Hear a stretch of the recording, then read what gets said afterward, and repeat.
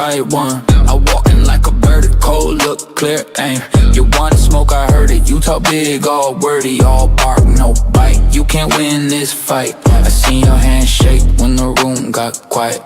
I don't need a threat, I bring it, then I write. Yeah, yeah, yeah. Tick, tick, hear that whistle, step too close, get the missile. Blood in my eyes, stealing my jaw. Say my name once, then stand by the law. I'm not the one, yeah. I'm the right one, yeah. I'm not the one, yeah. I'm the right one, yeah. You came for when you left with none. I'm the right one, yeah. I'm not the one, yeah.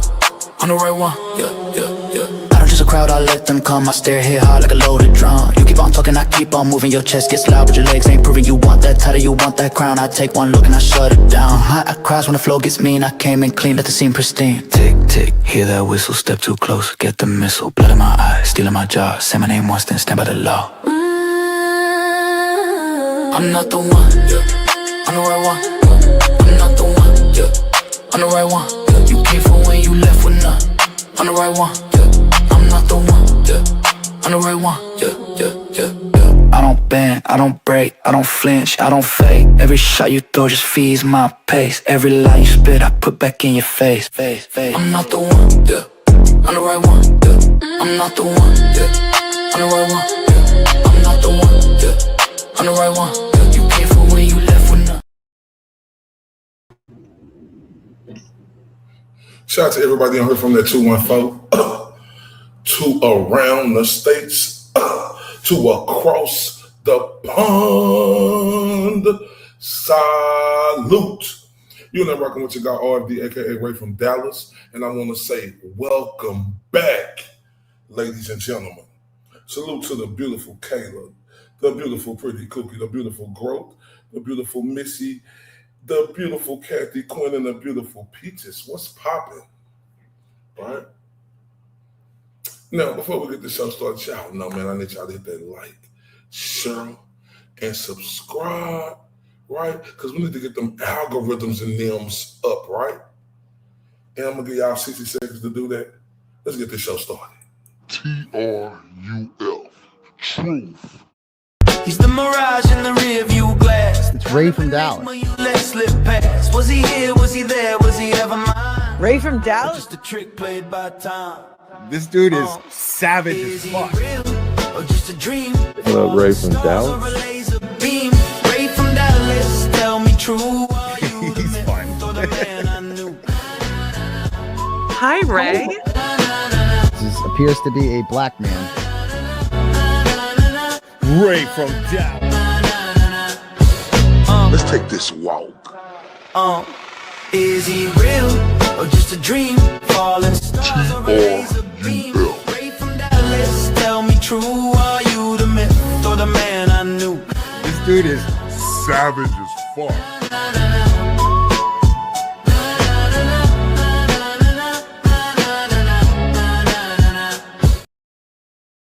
And salute, thank you everybody that's in the building. Shout out to the people that's coming in. Peaches in the building. Shout out to Joanna Marie in the building. Shout out to Melissa in the building. Salute. Thank you everybody for being here. You understand me, right? I appreciate it, right? Back to business, right? Back to business. Back to business, and that's the way it's supposed to be, right? Because at the end of the day, it's all about the community, the tribe, and us moving forward to go hard against the injustice and corruption, right? That's what it's about. Shout out to the OG, shout out to Turtleboy, shout out to all the content creators, Mary B, Mo, the General, Rat House Media, what else I'm missing? Scarlett. If I miss somebody, tell me, because shout out to all of them. I ain't trying to, y'all don't got to tell me, just shout out to all of them who rocking on the right side of history.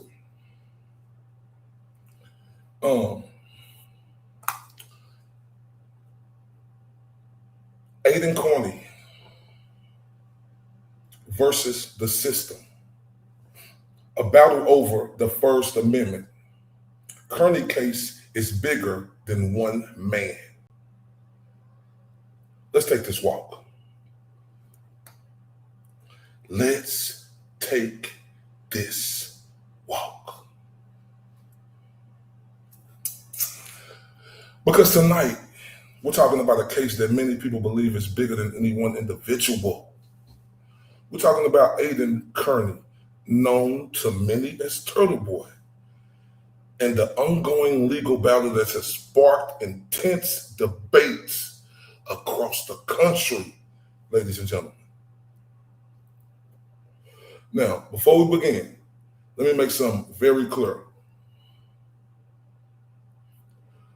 Fuck everybody in their due process but the GOAT, because we know he's telling the truth. The bullshit charges and allegations are fucking false and fake. And we hope the fucked up Massachusetts system will ultimately determine the facts, right? But that doesn't mean, we can't discuss the broader issue that this case raises. For many of us, right, who've been rocking with the GOAT longer, rocking with everybody in the movement longer, right? This isn't just about Aidan Kearney. It's about the First Amendment, right? But see, he is our number one sprinter, right, in America, and he got that baton, right? He the number one 100-yard meter dash. Not dash, but the long run, the long distance run. He's number one at that. And what he's doing, it's about whether citizens can question authority. It's about whether journalists, bloggers, podcasters, and independent creators can challenge powerful institutions without fear. See, y'all know I love my country. I'm a country first, Mr. Stars and Stripes, right? Because the First Amendment is one of the most important protections we have as Americans, ladies and gentlemen. It safeguards the right to speak freely, to criticize government officials, to investigate matters of public concern, and to express opinions that others may not like. Throughout history, accountability has often started with uncomfortable questions. Questions that some people didn't want asked. Questions that challenged official narratives. Questions that forced transparency. And supporters of Aidan Kearney, a.k.a. Turtleboy, a.k.a. the GOAT. We don't argue, we know that he has spent years asking those questions. These crooked, corrupt, right people, they mad because they know we believe he helped bring attention to issues that otherwise may never have been received to the public on how the corrupt, and the scrutiny. They see his work as an example of citizens journalism and public advocacy. That's what we look at him as, because he's doing the right thing, what he's supposed to do. You got the suckers, the ones who like to hang off these nuts, right? Disagree and argue that certain actions went beyond protected speech. The freaking nerve. See, those disagreements are exactly why the legal process exists. But regardless of where you stand, this case right here that he's fighting highlights a critical issue. How do we balance vigorous public debate with legal boundaries? That's the question that we all as Americans and people who stay here should care about. Because rights matter most when they're tested. Look at him on the thumbnail, Free Turtleboy. You see, he tested it, and it matters most when it's tested. Listen. As this bullshit fake ass case continued, we all have paid attention. We all have stayed informed. And we all have examined the BS evidence our damn self.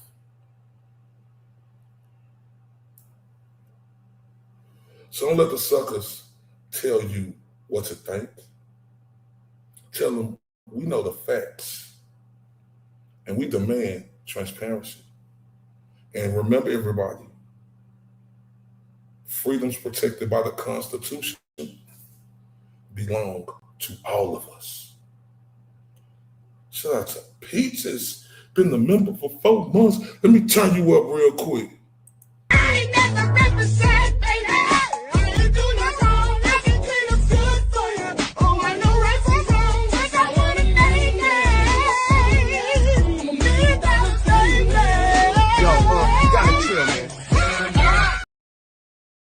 And she say, free the turtle. Y'all see how she coming?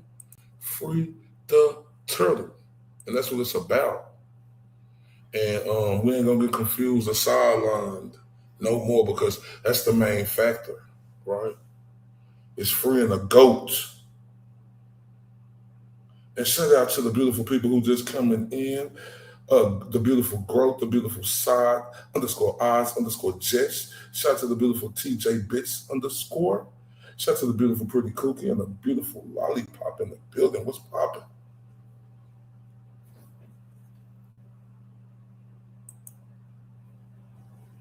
So we got a bunch of people on here who are real intelligent and smart, right? And it ain't even about that, because, you know, it's about putting whatever percent you can. If it's 1%, 2%, 3%, 4%, each percent counts, right? In helping friend the goat, right? And we must protect the house at all costs. 10 toes down. See, what I know is when you're doing the right thing, you're going to have the smoke that comes, right? But we put out that smoke before it goes to a fire. Shout out to the beautiful Mo _ Esquire in the building. Shout out to the beautiful Emma from Hawaii in the building. We let the smoke clear, right? Because when you're doing something right, you're going to have that smoke, that evil spirits, right? Trying to take us down. So that's why. Back to business, right? See, I look at this guy right here in the goat as different.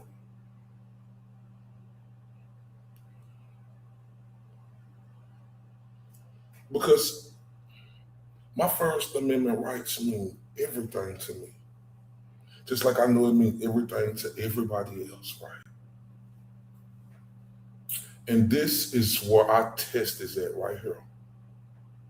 This is where I test at right here. And we've been passing that test. We've been going hard for that test, but we have to do more. Every inch counts.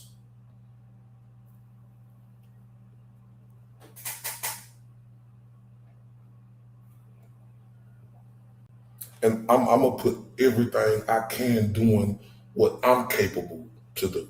Shout out to the other Mary B. I don't know if she's in here right now. But tomorrow, I think it's gonna be, I don't know if it's 3 Eastern Standard Time or 3 p.m. Central Standard Time. I'm gonna be over there rocking with her on her show with other people. I'm gonna let her announce it. I'm just letting y'all know I'm gonna be over there. Just let everybody know so y'all make sure tomorrow, because they cooking over there. They cooking. And they finna sprinkle us the recipe to us to put 1%. Like I tell everybody, this one thing I do every day. That's why I don't got no I can't, no I quit in my vocabulary. You got to make sure you get 1% better every day. That's all it's about. So it's everybody on here. We ain't got the same level of smartness, but we all got something in us that everybody don't. We all different. We all got something that somebody can't do.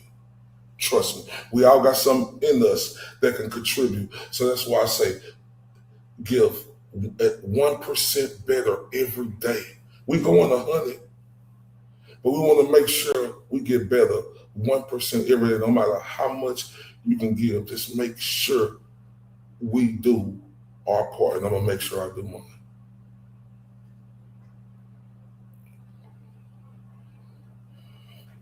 See, I remember the GOAT just the other day, right? You know, and we're going to get into it because we got a good show tonight.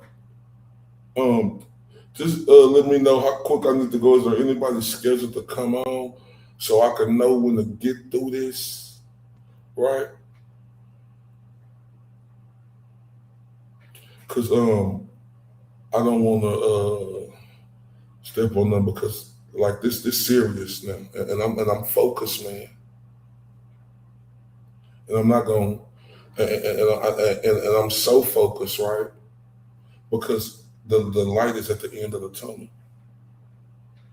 and what we're gonna do, like on Major Payne, he told Lil Tiger, chugga chugga chugga chugga chugga chugga chugga chugga chugga chugga chugga chugga chugga. That's how we coming over here. Because you see what it say on the shirt, the system is scared because we won't stop. You see up there in that OFD turtle shell logo? Rumble, freedom, and defenders, right? That's how we come. Y'all know I have to put that Dallas in it though, because that's where I'm from, that 214. That 214, that 214, right? We exposing corruption, fighting for justice, hashtag Turtle.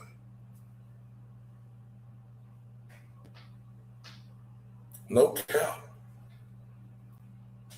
And I got to give, you know, the biggest shout out to the OG, the Dundada El Jefe, right?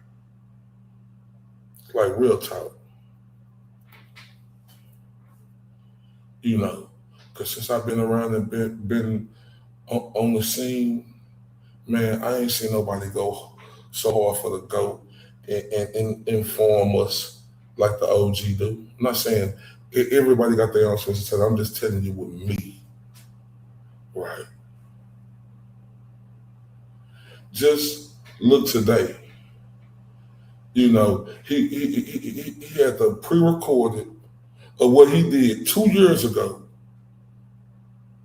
And it's a lot of information on that, man. Oh my, shout out to the Dundada himself. Triple OG, triple OG, triple OG.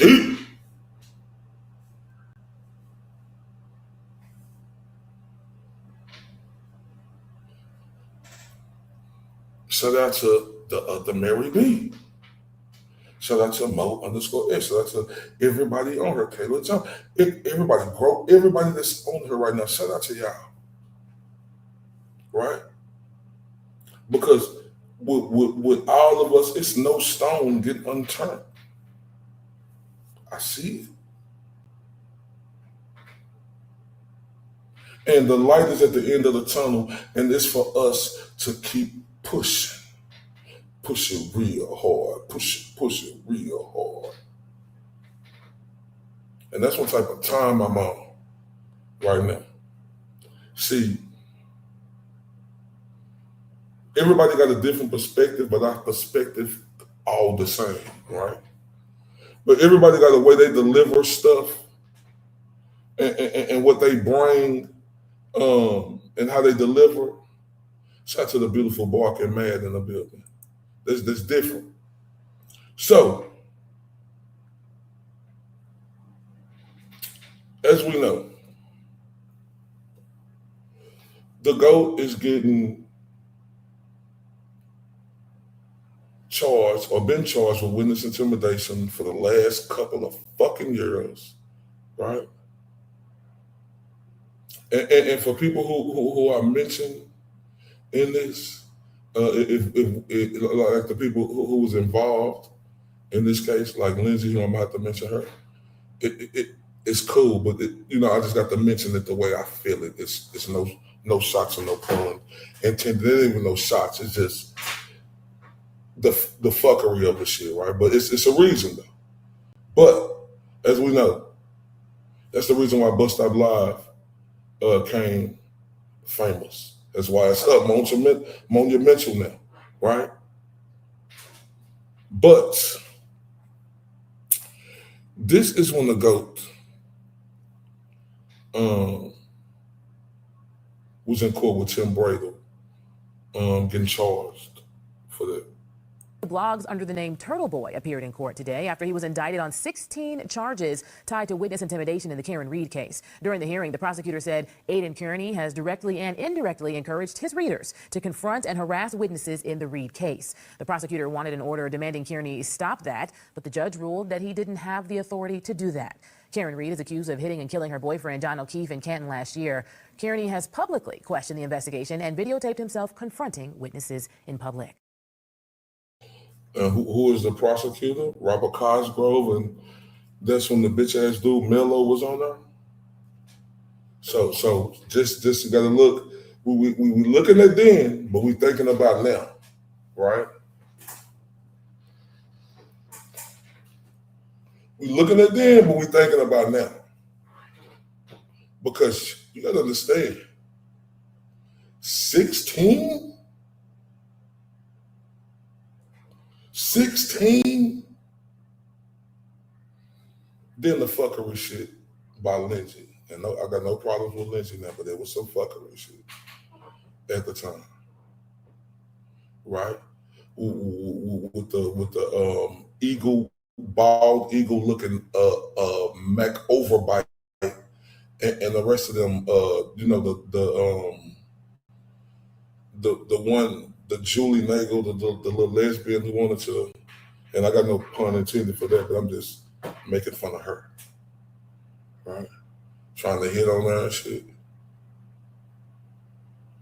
Right? They confused her. It was some fuckery shit, but you got to understand, when you got motherfuckers like that, when we know how evil, conniving them bitches is,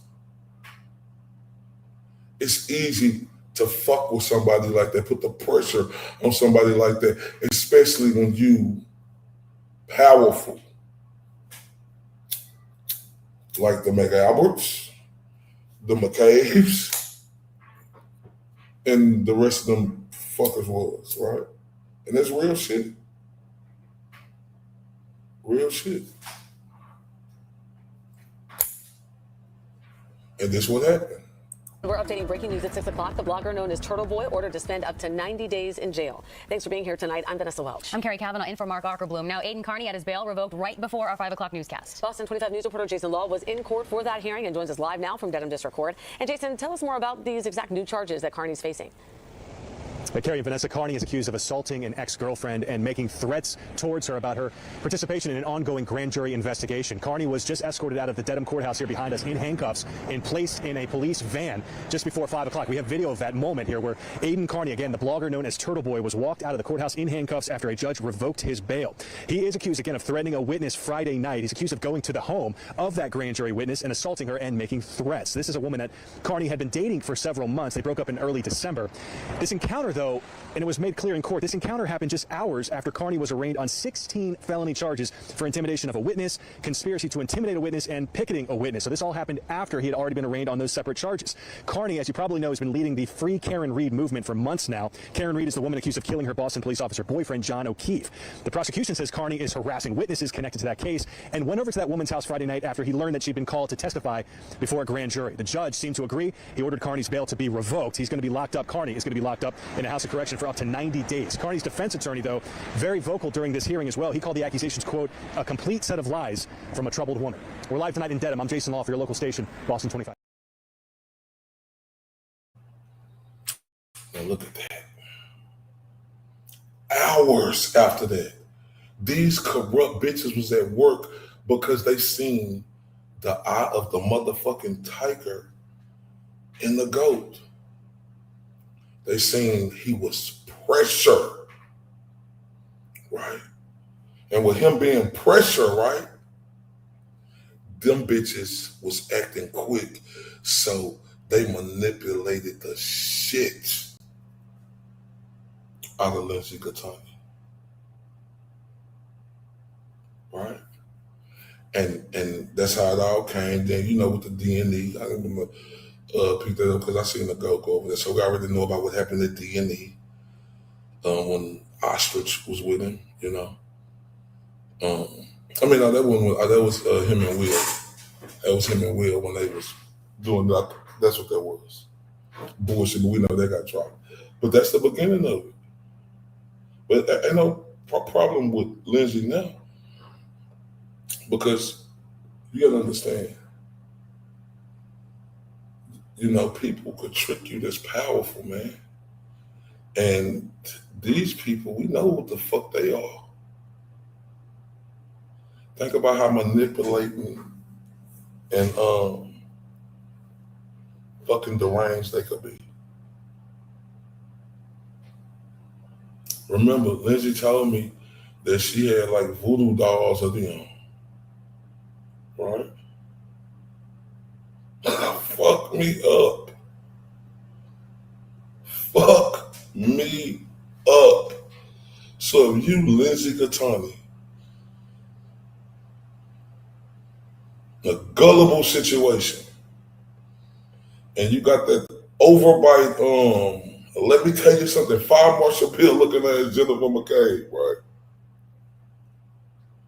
Her overbite as husband, no neck, Michelin man built Matt McCabe.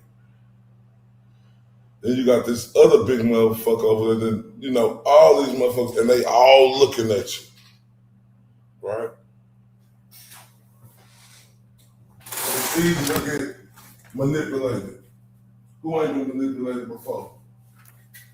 I think we all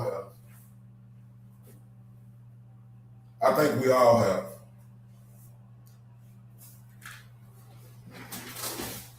But you gotta understand now. It's why it was so, you know, when the ghost said, man, I'm rocking with Lindsay, and if y'all don't like it, y'all can fuck off. When he started telling us that she helping him on this case, and he facing this time, motherfuckers can fuck off, right? Real talk. Shout out to Nona in the building. Let me go some of them comments. And she's not winning, lost, yeah. What you say? Yeah, that reports but nonsense. Yeah, I see that. Say, Mama, I see people in the clown, including union and shit. I'm like, any other on court yet? Nah, I ain't heard the ghost say nothing.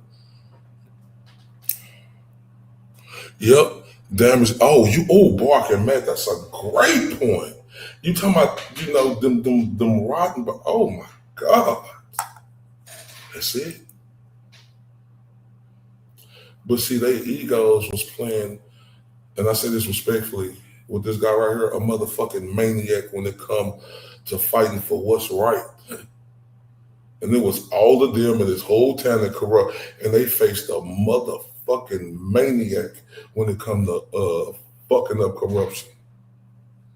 Man, I missed you being over here, beautiful. No. Right? He's a fucking maniac when it come to taking down corruption. And that's for real, we see it. A fucking maniac taking it down, going through all the shit he going through. Right? Like real, like you got to have, like I said, that's not on you, that's in you. That's different work right there. Man, a regular motherfucker ain't gonna be able to go through and do nothing. Like this right here what the fuck he did. That ain't to be played. Like, that is different, y'all. Y'all gotta understand, that's different. Now, y'all remember, right? When, you know, shout out to Tim Bradle in the building. Shout out to him. Cause that's him and that punk ass Laurie dude, you know, that piece of shit. How the fuck do he still got a job? Like, how the fuck is any of them motherfuckers still working. This is when, once again, when they did that whole ass fuckery shit, when Lindsay was on the other side, it was some fuck shit. Let's keep it honest. We good now though, because they manipulated her and they brought her to court. And remember when the ghost said he had to hurry up and leave. That ain't the clip. Just bringing y'all to that. Now this when they in court, they trying to keep the gold out of court, right? From being able to do the trial. So let's take a look at this first clip.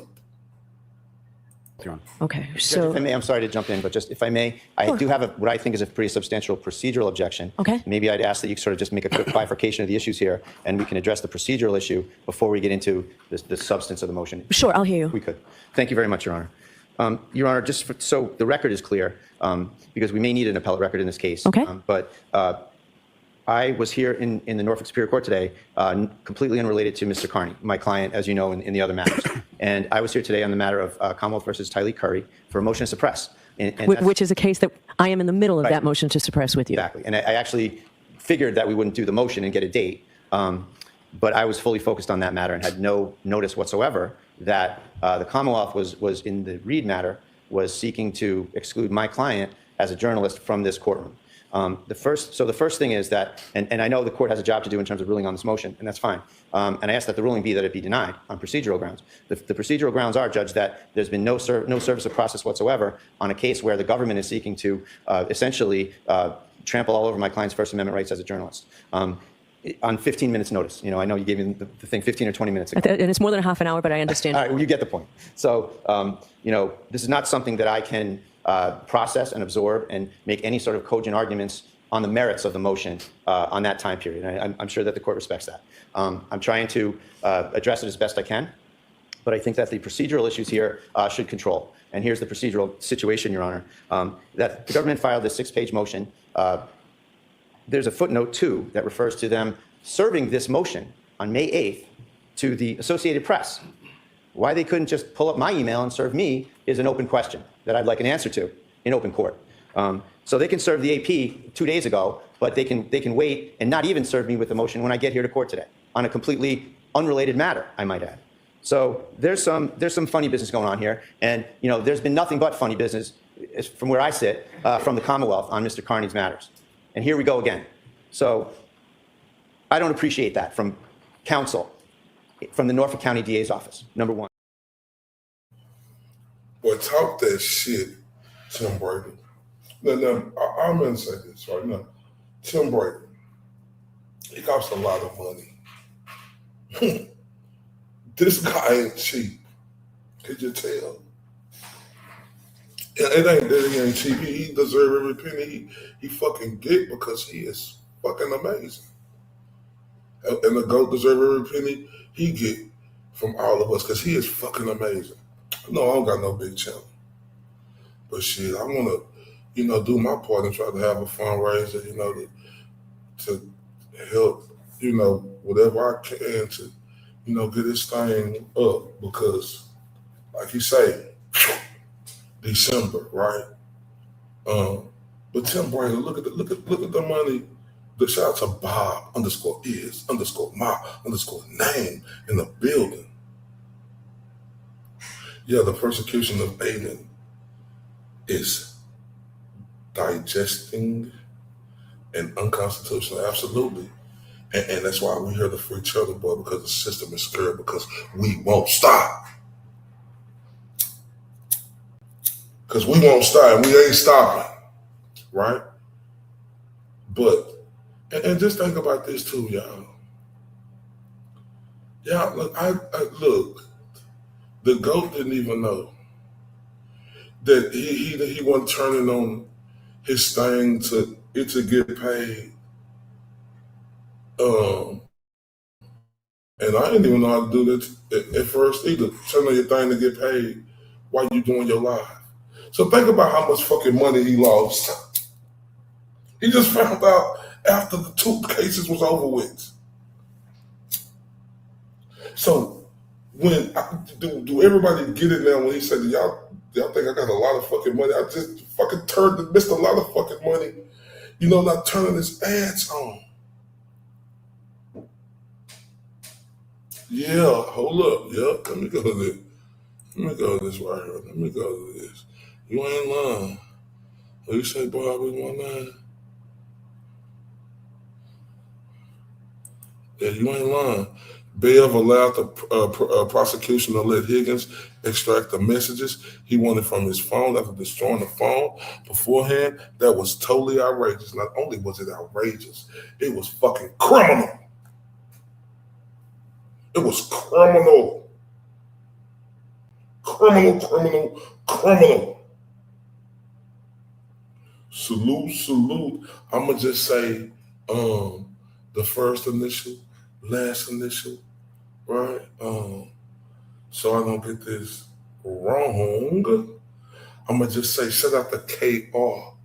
They just turned me up on Cash Out. So let me turn them up. Oh, some this. Thank you very much. Love you to death.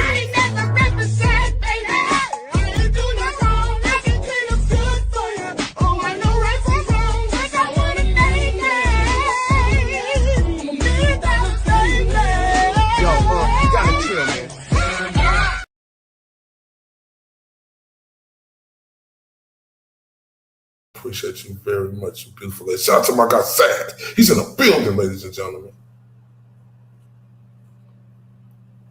He's in the building. Look, this is real shit. This is criminal. This is criminal. Right? Yeah, this is criminal.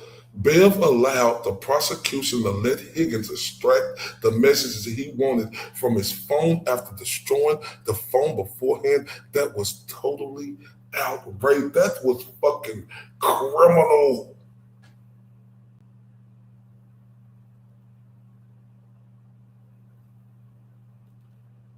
He went on and we know he went on that fucking base and did it.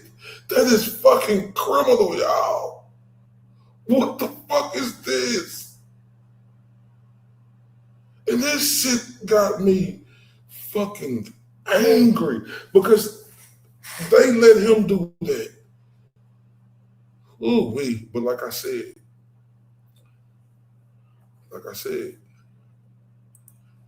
this is how we coming, right? No matter what they fucking throw at us, the system is scared because we won't stop. We on free Turtleboy, right?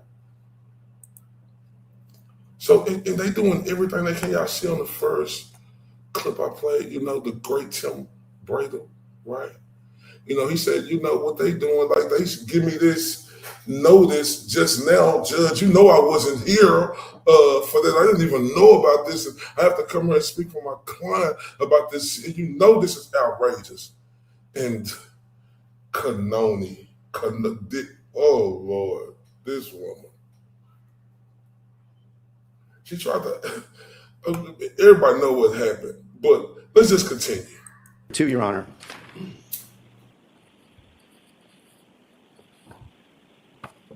Mr. Kearney has covered this case and written about 350 news articles on this case. He has developed evidentiary scoops on this case that have added to the quantum of evidence in the matter. He's never caused a problem. He wishes to be in the galley of journalists like everyone else and cover the case. There's never been a problem whatsoever. This is more personalized retaliation from the Norfolk County DA's office against Mr. Kearney.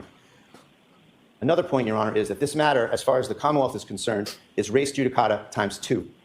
Judge Krupp in this very court addressed this exact issue about Mr. Kearney covering this matter, being in the courtroom with witnesses that had a stay-away order. All the same people that the government is trying to have another bite at the apple with here.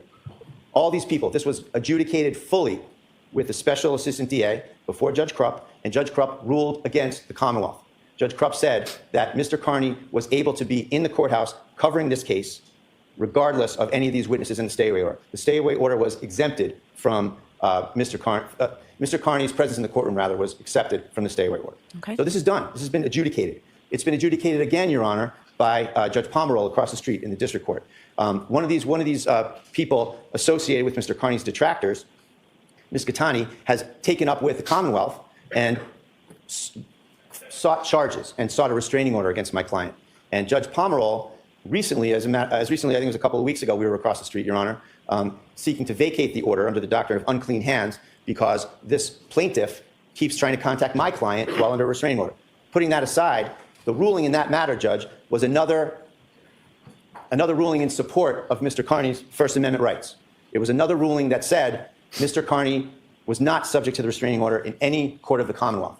And the reason we brought that motion, Your Honor, was because these same witnesses that the government here is, again, trying to advocate for their own personal issues, those same witnesses somehow took up with this plaintiff across the street, Ms. Gattani, brought her to court here in prior Reed proceedings to kick out Mr. Kearney, because at the time she had an operative order against him. And Mr. Kearney, to his credit, got up and left and got out of here.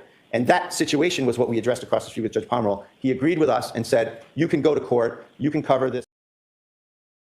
Shout out to the beautiful Kayla. Good night, sweetheart. I know you got to get up. Oh, I love you to death, Kayla. You just tickle me so much. Oh, my God. Oh, you're so funny. I love Kayla so much, man. I be up at 3 or 4. That's when she be getting up in the morning to go to work, and she be on her wheel. Shout out to the beautiful Scarlett in the building. Bobby said Higgins and Albert both got tipped about the protective order coming down by Stephen Nelson, victim advocate, and those phones would show a lot of secrets. Hell yeah, they would. Hell yeah, they would. This is the fuckery that's going on in Massachusetts. This guy right here, Turtleboy. You know, I know there's a lot of other people too, but y'all not more visible than him down there. This man, well, as I walk through the valley, man, think about this shit. This fucked up ass system, but man, oh man, yeah, like Bob say, nothing to hide. You know, why did you destroy it? They had a fucking lot to hide. Hell yeah, them bitches did. Hell yeah, them bitches did. And like the beautiful Scarlet, no one destroys their phones and SIM card and dispose them away unless they are hiding some fact on fact on fact on fact. And that was just clear cut, no debating, right? But you got to understand, this was the whole corrupt system in Massachusetts, in that surrounding area, against Turtleboy, right? It was them against him, right? But he don't got no I can't or I quit in his vocabulary. Like I told y'all, I saying down here in Texas, is you built for tough. What ain't tough about cuz? Who gonna walk and do the shit he did legally and get persecuted like he doing criminally? That's fucking criminal. Look about that. Let's go to the next one. Number two, litigation number two. This has been established. But we go to the next one. We just heard the great Tim Brady say, this court said it and that court said it. You know, so, hey, you with the because I swear I thought there was a wig on her head, you know, with the bangs in front. How the hell did she? Like, it kills me. Just remember that, and I'll get to that. Let's continue with Brady. Number two, litigation number two. This has been established. Mr. Kearney followed all proper channels. We worked with the SJC media office. He has a press pass. He's doing everything in accordance with all of the rules and regulations that are in place. He's been harassed, and we have it on video, by other so-called journalists on this case at the steps of the courthouse. And he just wants to be here. He doesn't want to be an issue in this case. He wants to sit here and cover the case. He's done his job. He wants to watch the trial unfold. And he has an absolute fundamental First Amendment right to do so within the confines of this courtroom and within the confines of time, place, and manner restrictions. He's followed everything, and he's here. We've gone through all of these hurdles, Your Honor, and Mr. Kearney triumphed, as he should, because it's the First Amendment that needs to triumph here, not any particular person. And that's what he's doing.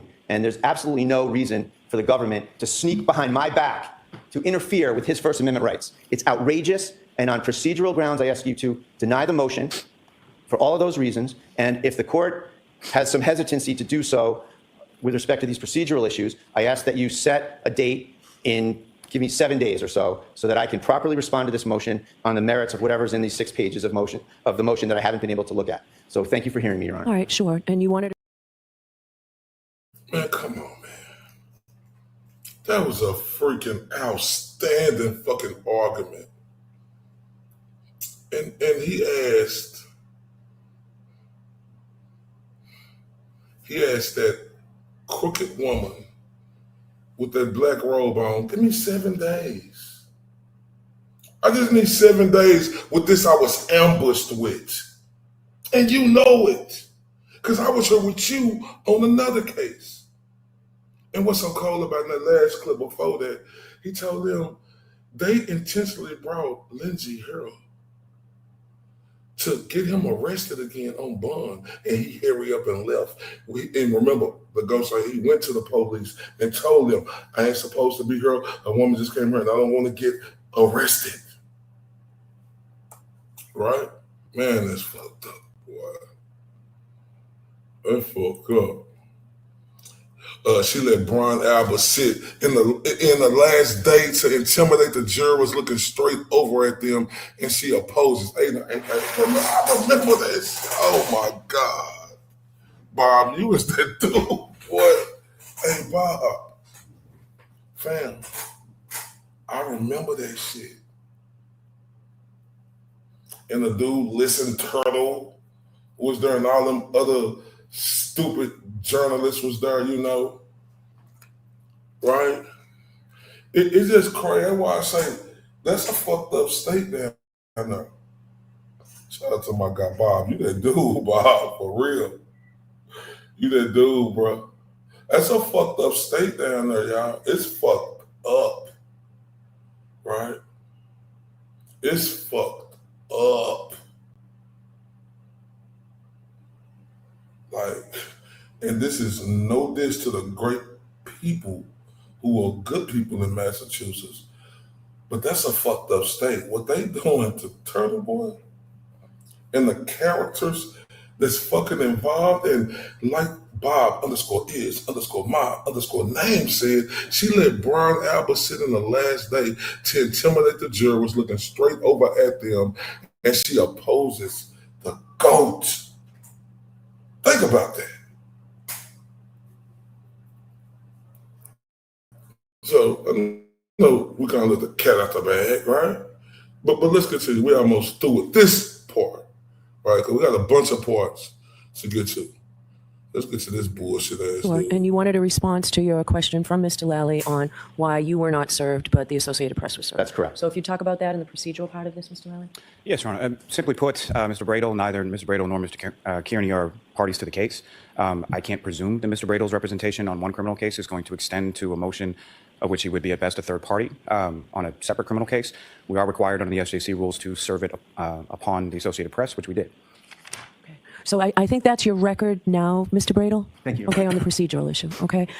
We have a jury out. I do want to address the merits of this as best we can. And Mr. Bradle, at the end of this hearing, whatever I end up doing, if you want to come back and readdress it when there's more time, depending on how I rule, I'll give you the opportunity to do so. But I have to get this trial moving at this point one way or the other. So I'm going to hear the Commonwealth on their motion. Then I'll hear you, Mr. Bradle, to the extent that you can respond, okay? All right. Now, listen. The way she said that. Now, if you want to come back at a later time and the reason of how I rule, then you can. But you know, I got to get this trial. You see the bullshit? And then look, that's some slick ass shit. I don't know if Mo's still on her right now. Bob, you're an OG for real. You know, we rocking with you over here, fam. I wonder, like, is that legally? Because that's some slick ass shit they did.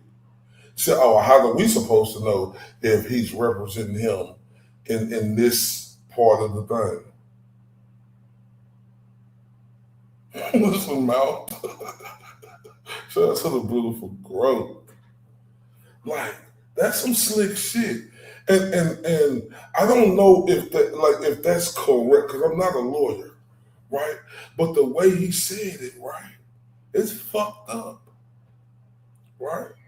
It's fucked up, right? But you know, they fucked up down there, right?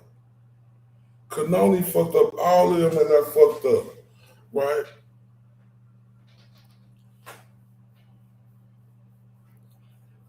Like that's he hit him with some shit because how he supposed, but that's fucked up. Oh, I got to make this decision now. I got to get this trial moving along. Oh, we know. We know. Boy, that's cold-blooded, y'all.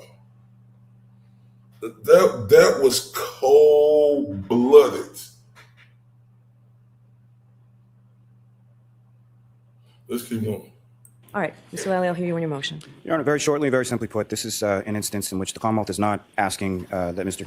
Kearney not be allowed to cover the case or that he not be allowed to watch the trial. What we're requesting is a partial closure of one individual. And the legal standard for that is essentially a substantial reason. Substantial reason, Your Honor, being that Mr. Kearney has been indicted and has open cases for intimidating witnesses, specifically witnesses in this case.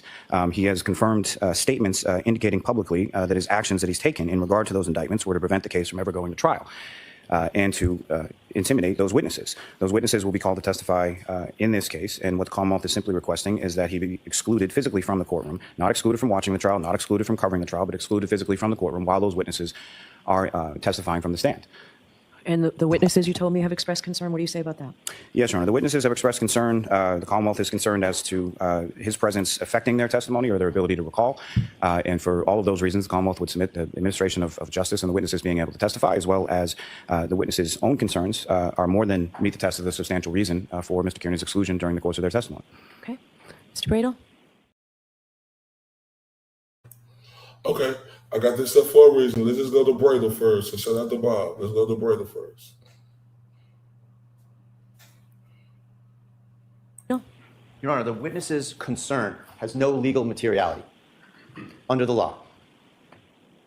So the answer that I have is, so what? The witness's concern, where does that fit into the law here, Your Honor? This matter has been adjudicated twice.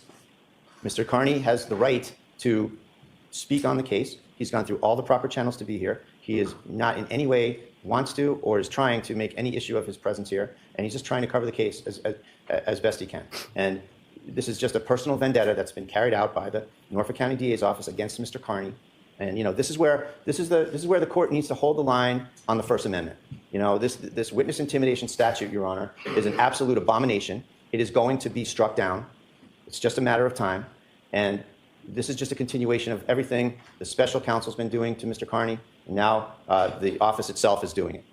There's no reason for this motion to be allowed, Your Honor. There's no discomfort exception to the First Amendment, Your Honor. There's been absolutely nothing advanced, especially on an emergency basis, which is, I assume, why this is being done with no notice. There's been no establishment of any emergency. There's been no conduct whatsoever on the part of Mr. Kearney to justify this motion. And I did happen to see some reference to the Chestnut trial about published something to the effect of doxing a seated juror. That is false. Mr. Kearney wrote a story on a juror after the jury was discharged. There's absolutely no prohibition or problem or issue with that. And it is absolutely protected conduct by the First Amendment. And it is not in any way a grounds for this court or the Commonwealth to assert any wrongdoing against him. So I can assure you I am not considering that incident in this. You all know I was the judge. I am not considering that experience in this motion. Thank you, Your Honor. Anything further, Mr. Nothing Bradel? further. Thank you. All right. So, Mr. Bradel, I agree with you that Mr. Kearney is certified by the Office of Public Information pursuant to SJC Rule 119, and that he has a right to be here today. He arrived timely, and that he is registered. I have honored that 119 registration today, and I will continue to honor that. However, So you heard at the end. However, and we're finna get to that. Shout out to KLB in the building. Salute. Now I want to get back to what Bob said. Bob _is_my_name. He said she let Brian Albert sit in the last day to intimidate the jurors, looking straight over at them, and she opposes Aidan, because you heard her say at the end, however. Now listen. This is just real shit, man. The GOAT is a stand-up citizen. I ain't saying the GOAT don't know how to throw his hands or nothing. But he's telling me the GOAT say he's 5'7", the GOAT what, about 150, right? And you got this big bad fucking burr wolf, right? And fucking Brian Albert and all the rest of them motherfuckers say they scared of him. Did you fuck all of them said they were scared of this 5'7", 150-pound man?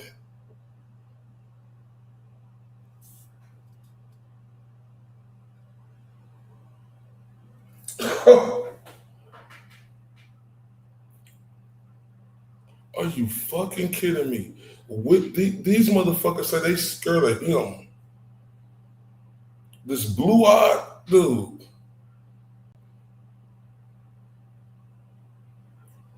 Who walk around was a teacher, was a journalist, didn't have no fucking criminal history or nothing. And I seen I seen when he walked up to Jen McCabe's door and the other person was behind him. That wasn't no fucking evil intent. As a fucking reporter, a journalist, you're able to go on somebody's property and ring their doorbell and try to get them. If they tell you to get off their property, then you have to leave. What the fuck was the witness attempt? He came up there with his cap, like what the fuck was this? Her husband was 5 of him, and they were scared of the GOAT. Are you fucking kidding me? But see, that's where it come back to these witness intimidation, bitch ass, fake ass, false ass, pussycat ass charges. That's where it all come back to, y'all. Because you could see the GOAT stood alone, right? This bitch ass Lowry. And we found out who he was because that shout out to that queen down there in Massachusetts, that lawyer, I can't think of her name, but she like when I was watching Melanie Little show, you remember how she was telling us she knew what was it, and she was trying to get on. We was watching all of that shit, and then Lowry was on stand for a little bit, and they stopped that shit. Man, that was some fucked up whole ass shit.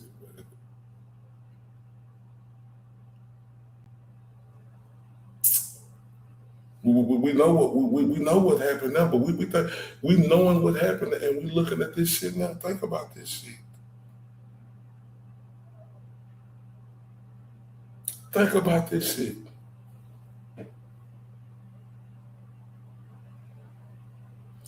Oh, hold up! I heard somebody say something about that.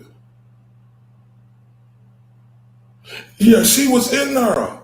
I seen that part. I wish I could have got that up. I was trying to, and I might still be able to, but she was in there. He announced that. I go, Jen, right there. She looked at me. He said, "There's 3 cars in the driveway." But we're gonna get to this last part on this part of this fake ass shit because look, he was already out on bond, right? They brought Lindsay to court to try to get him fucked up. He hurried up and got the fuck up out there and went to a cop and told him, "Hey man, I was in there. They brought this woman in there. I'm she's supposed to be away from me," and they did that shit intentional, right? All of this, Bradel is telling her, like they run this dude and them corrupt bitches, man. When you corrupt like that, it said, how we supposed to know if Bradel with him? Bradel said, y'all could have fucking emailed me, and this is so fucking crazy because they know the GOAT was with him. Crazy. But little old GOAT, that we seen him, that little old GOAT. Stand-up citizen. Journalist. They scared of him. These fucking mammoth whales who swing one time, swing two times, you know, like some fucking elephants walking at you. They scared of him.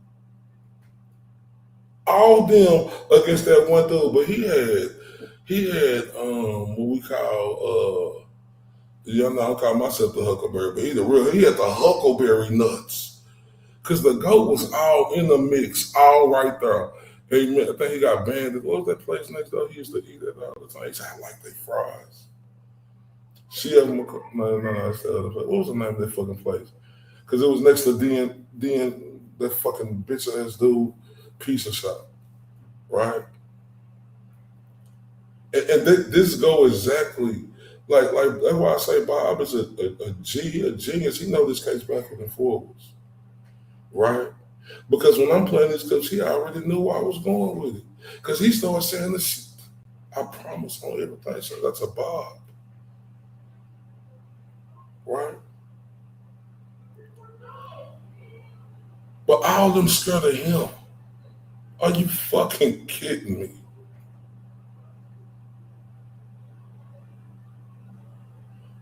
Ex-school teacher for 10 plus years, now a journalist, got no criminal record.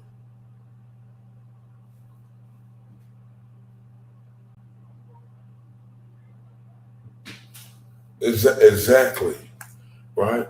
But let me get to this last part right here on this, where you know, she got a wig on, Canoni rule on it. Sure. And you wanted a response to your question from Mr. Lally on why you were not served, but the Associated Press was served. That's correct. So if you talk about that in the procedural part of this, Mr. Lally. Yes, Your Honor. Simply put, Mr. Bradel, neither Mr. Bradel nor Mr. Kearney are parties to the case.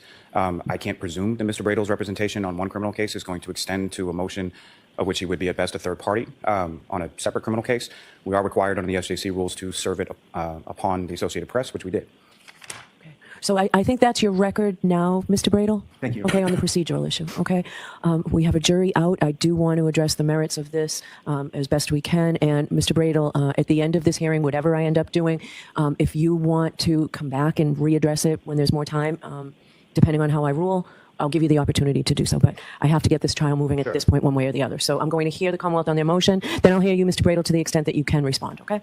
However, my role in this case, Commonwealth versus Karen Reed, is to assure that the defendant's constitutional right to a fair trial are honored and upheld. And because of the chilling effect that Mr. Kearney's presence, I find, will have on the witness's testimony, I'm going to excuse him while the named witnesses in the Commonwealth's motion, Julie Nagel, Christopher Albert, Colin Albert, Michael Proctor, Jennifer McCabe, Matthew McCabe, Brian Albert, and Yuri Buchanan. And the Commonwealth also today requested Nicole Albert because of the incidents that reportedly have been held at her home. I'm going to excuse him during all of that testimony. Now, in my media order, if you have it, I'm sure your client has it because they're handed out to the press. Under number 1, I say that anyone leaving the courtroom to the media during the trial proceedings may lose their seat and may not be permitted re-entry unless there is available seating. That will not happen to Mr. Kearney. I will not take away his seat today for other witnesses who are not subject to this order. That seat will remain empty. No other person of the media will be able to take that seat in his absence. Okay? Your Honor, one last thing, if I may, just came to me as I was standing here. Extension in the same regard as to Nicole Albert for the address would be Brian Albert Jr., son of Brian and Nicole Albert, lives at the same address. It's for the same reason, so Brian Albert Jr. All right, so those are my findings, Mr. Bradel. It should give you enough. Those are my findings. Your voice, it irritated the shit out of me. The whole fucking 2 trials. I couldn't stand listening to her voice. It was just like nails scraping down a chalkboard. This broad say chilling effect. What? The chilling effect he'll have on these witnesses. Are you fucking kidding me? The chilling effect. But hey, Mr. Bradel, I'm gonna throw you and your client a bone. Nobody will be able to have his seats while they in there. Are you fucking kidding me?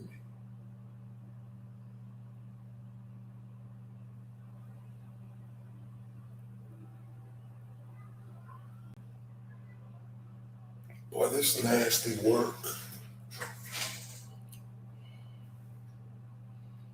said, this bro said chilling effect. Y'all see how small the code is, and that ain't nothing to him. Everybody big size, but I'm just saying, chilling effect. The fuck? What the fuck? He Cyclops or something?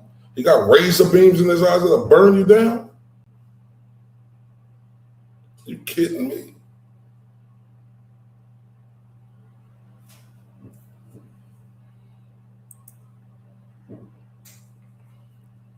They did everything they could. Chilling effect. See, knowing they brought that Lindsay in there to try to get him locked back up again. Brady told her about the two courts, who ruled with them. And this bro telling us chilling effect that he'll have on them while they're in there. But like Bob said,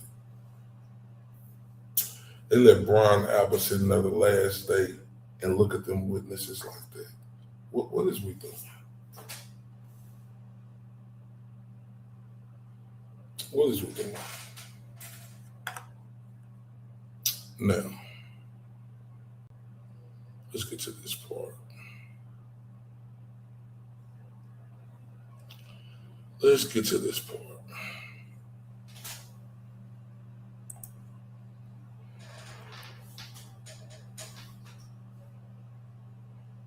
Taking down corruption day by day.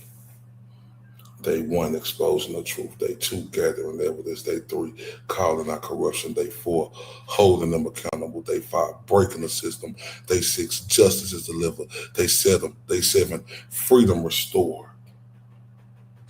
What happened when he was taking down corruption day by day?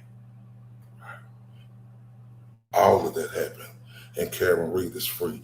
Now we own him and his journey and what he got to do there. Right? But you see this fat, dumpy, fat fucking Proctor over here? Right? This piece of shit. Right? See, people wonder why I get a lot of credit. Like he's the MVP. And I was trying to get a bunch of clips. Y'all got to remember, Alan Jackson was out there literally begging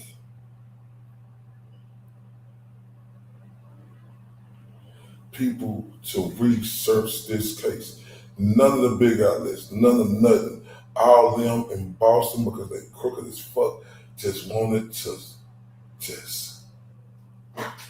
Alan Jackson pinned it on the girl. Right? Witness intimidation. Him finding Lucky. Him doing legal work, legal journalism. Going up to Jennifer McCabe now. Right? At a lacrosse game, just, doing his work. When they told him to leave, he left. Right? They tried to call him all type of names while you're filming little girls. Shut up.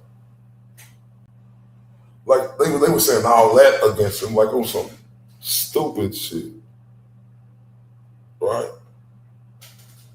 She would post them on.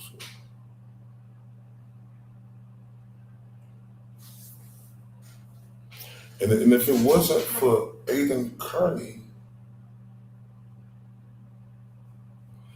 his hard work, due diligence from bringing major noise to this case, right?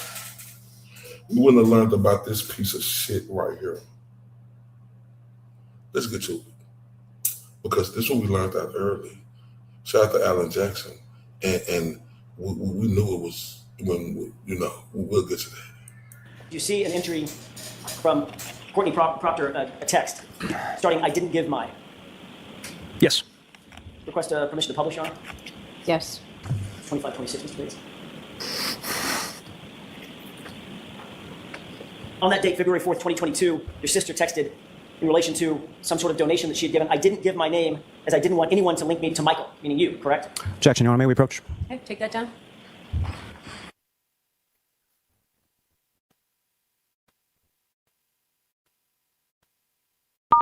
You are unmuted.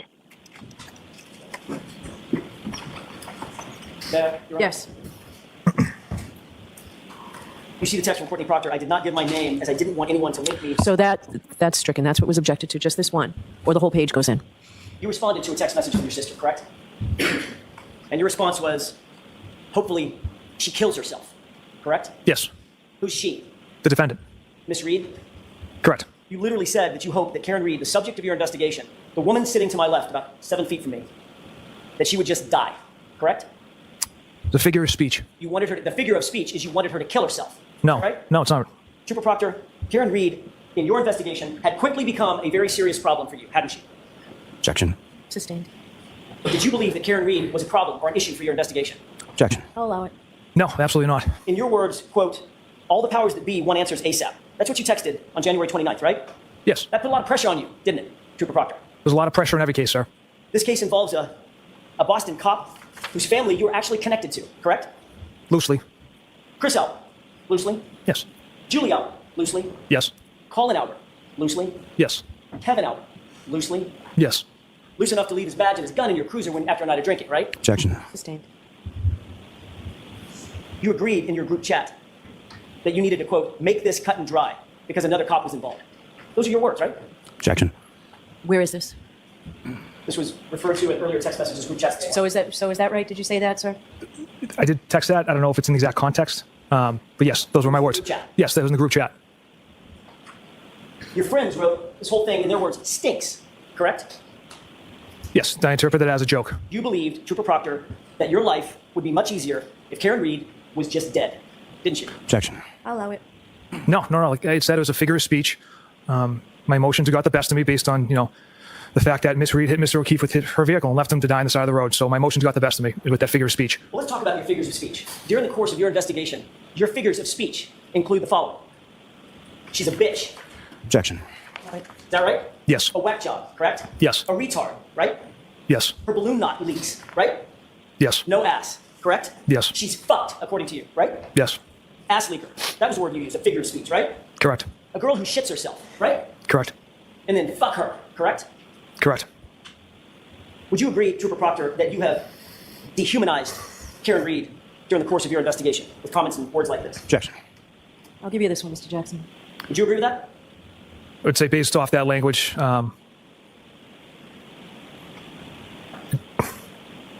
yes. And you admitted, in your own words, that the cop homeowner wasn't going to, quote, catch any shit, right? Correct. Because you were out to quote, make this cut and dry. Isn't that right? The homeowner wasn't going to catch any shit because Mr. Elliott had nothing to do with Mr. O'Keefe's death. Because you were going to make sure that the case was cut and dry. Those were your words, right? Objection. Sustained. And Trooper Proctor, it would be far easier for you to pin it on the girl who's just a whack job cunt, in your words, who you hope just kills herself, right? Objection. Sustained. Shame on you, sir. Objection. All right, so jurors, disregard that. I've told you before, lawyer. I went in backwards order, but y'all understand. Let's continue. Trooper Proctor, would you agree that from the very beginning of your investigation, you treated Karen Reed very differently than you treated the Alberts and the McCabe's in this case? Objection. I'll allow it. Was she treated differently? Absolutely not.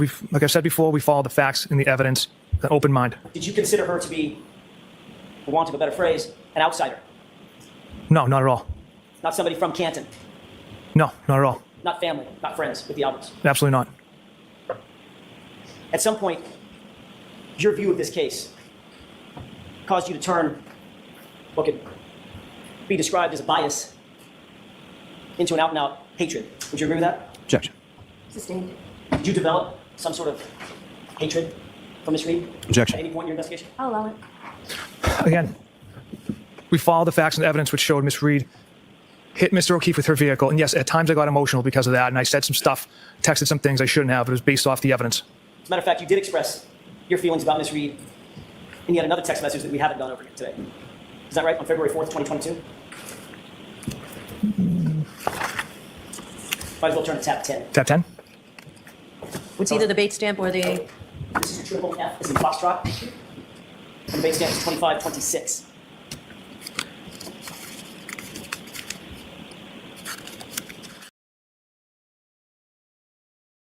Like how the balloon ass leaker. Come on, cuz. Like I stated, if it wasn't for that guy, it wouldn't be this case as big as it was to generate this noise, right?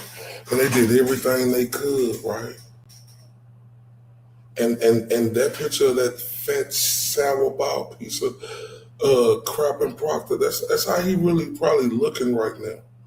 Or he probably skinny looking like a fucking dope fiend. That wasn't my question. Did you testify? Let's take them one at a time. Did you testify under oath, same oath you took here today, in a former proceeding in February of 2024, that you did not know and did not have any relationship with members of the Albert and McCabe families? Did you?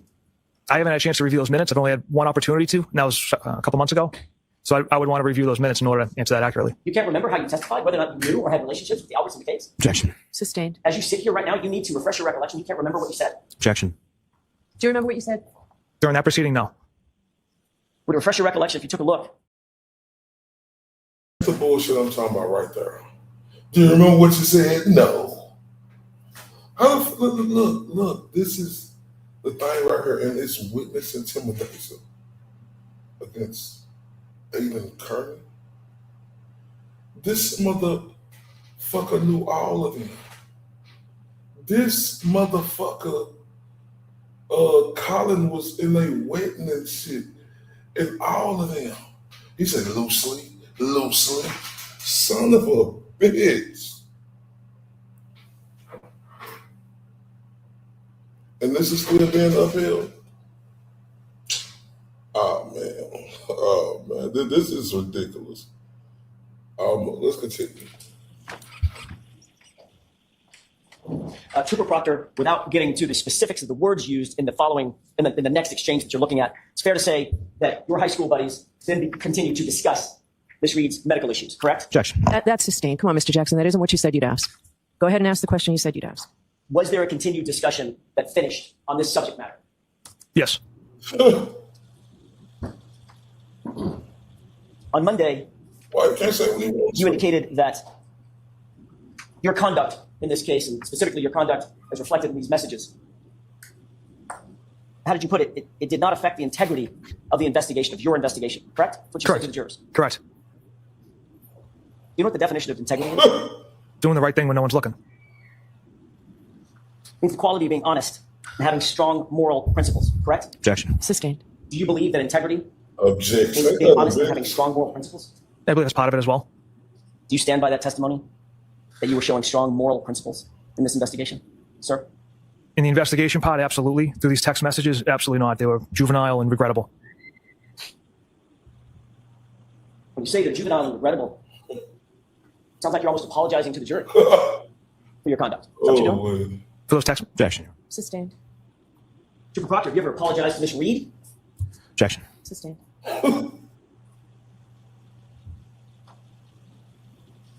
Sustained. As the lead investigator in this case, you were tasked with the responsibility of making sure that the investigation remained free of any conflicts of interest. It's part of your job, correct? Correct. Throughout the pendency of this investigation, in this case, you've denied having any conflict of interest in this case. Isn't that right? Correct. In fact, a couple of months ago, in February of 2024, you testified in a different proceeding. Is that right? Yes. And you testified under oath in that proceeding on February 1st that you did not know any members of the Albert family or McCabe family, correct? Certain members of the Albert family I did not know. I know Chris and Julie and Colin. I don't know the McCabes. That wasn't my question. Lying son of a bitch. Lying son of a bitch. That wasn't his question though. At this point, Trooper Proctor, Ms. Reed was just reduced to a punchline to you, wasn't she? Objection. Sustained. Well, you weren't done yet. This chat doesn't end yet, does it? No, sir. Let's skip to 2543. On the same date, February 2nd, 2022, about 4:15 p.m., a person by the name of Whitey wrote, "What are you guzzling on?" Correct? Yes. And you wrote nothing, writing a warrant. Is that right? Correct. Whitey then shares some sort of a video. Correct? Yes. You remember that video being of the 1980s band Warrant? I don't recall the video he sent. 0095 laughed and then wrote, "Wait, why does her asshole leak?" Correct? Yes, that's what he wrote. And then what did Doc write in response to that? Objection, Your Honor. The objection sustained. I'll see you. Sidebar. Take that down, please.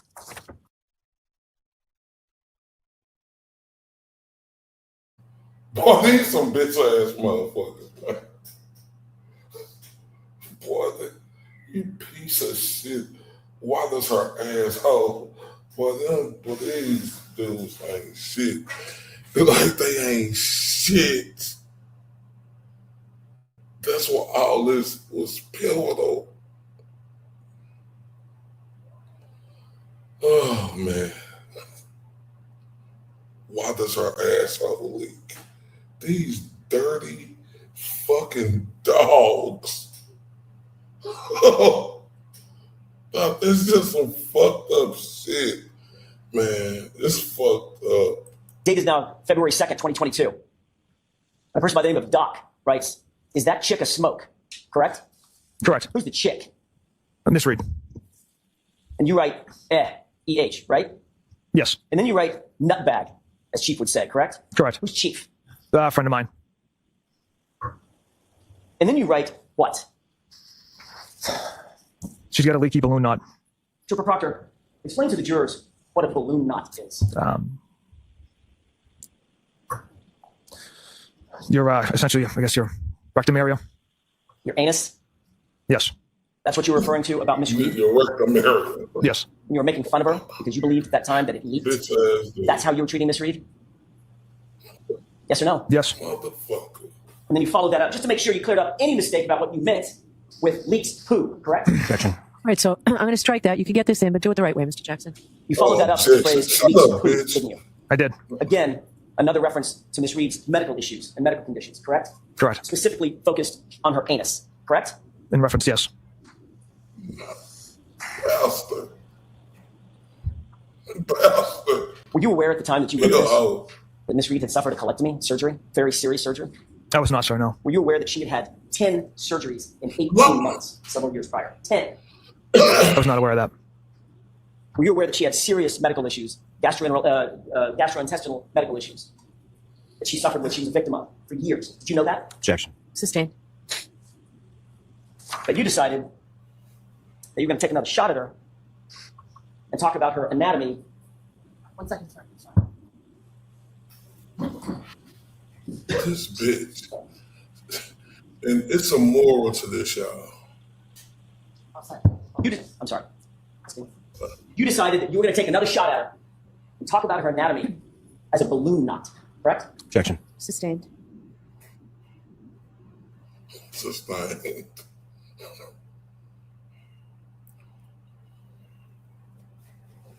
Even though it may be right, but one thing I learned just by watching Larry Foreman, he be saying, "You said it, the jury heard it," right?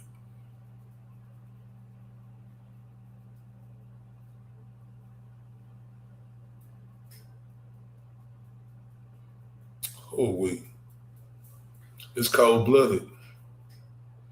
But this will taking down corruption day by day mean, right? We got to see all this. We got to see these texts that he was saying about her. We found out that he knew all these people, like, and the extent of it, the way the questions were, you know. That's what we found out. Let's go this one around. So this is a citizen. She's a woman. You were supposed to be objectively investigating. You weren't so much as objectively investigating her as objectifying her in those moments, correct?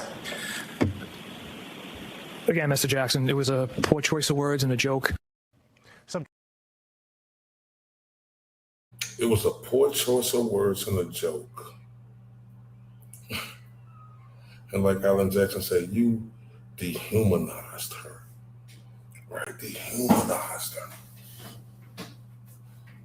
That's what was so fucked up, y'all, about watching this first case and seeing some jurors be like, fuck that. Like, I don't give a damn. It was just too much evidence there. But like Bob said earlier, we know who ran that town. All them motherfuckers got secrets on each other. That's why they all assist and operate and help when it's need be. Why the fuck y'all think they brought Proctor over there? Because he know all them motherfuckers. He got a more personable relationship because he'll be able to talk to him and break it down. Wouldn't have knew all this, right? If the pressure, but this is the moral, right? They charge the GOAT, right, with witness intimidation. And now we found out, right, that not only,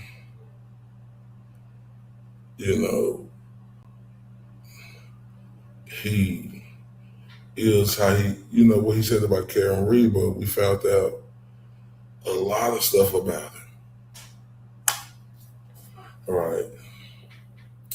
And even though this dude on here gonna call Karen Reed his wife, just know he getting this. How do you know this case hitting right when these texts came out? Let's go. Cops. What if a cop said, "Oh, don't worry about it. It's just a bunch of N-words in an accident. I wouldn't rush over there if I were you." Here we go, and there's a lot of it. Put it up full mass.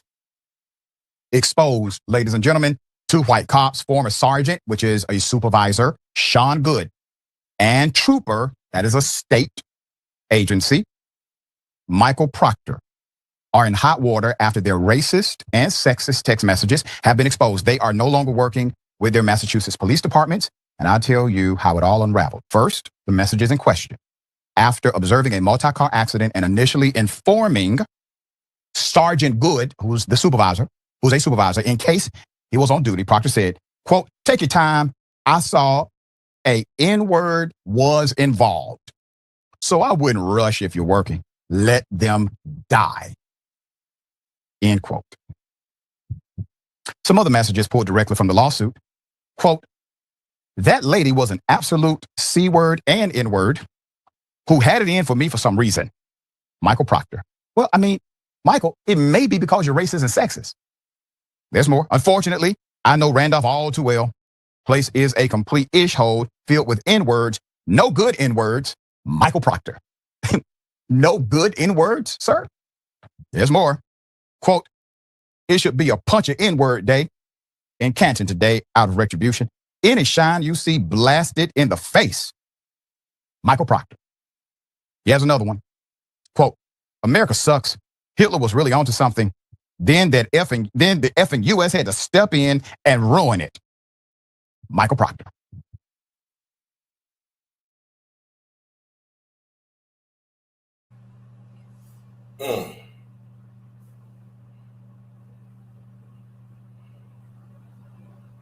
But the black folk kill each other.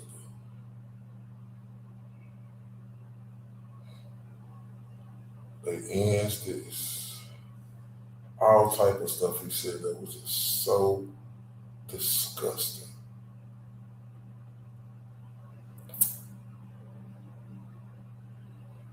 How would we knew this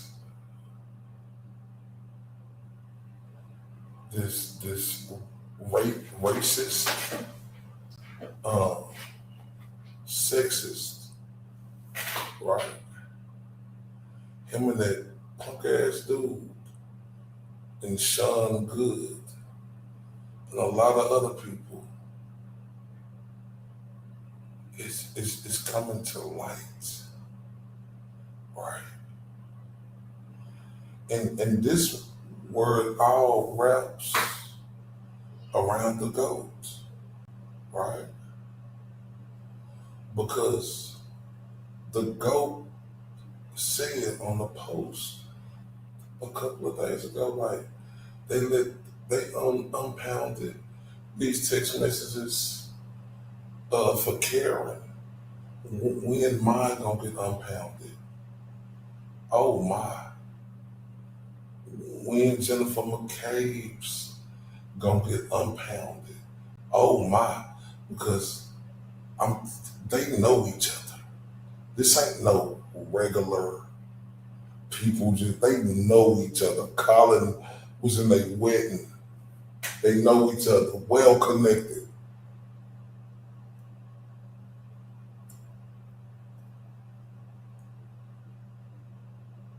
The GOAT been telling us that for months, right? Like, wait till we see these text messages of Jen, bitch ass, Mac overbite McCabe, right? And wait till why his text ain't get unpounded from Michael bitch ass Parker so we can really see how he is, right?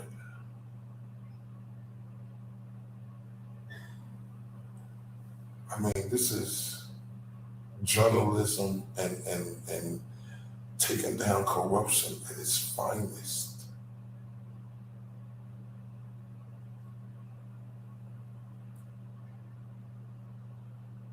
And he did that. Think about all the black people that's locked up right now. Think about all the players that's involved in Bukaki, how he said, man, Michael Parker was upstanding. Grade A. And these are racist, sexist.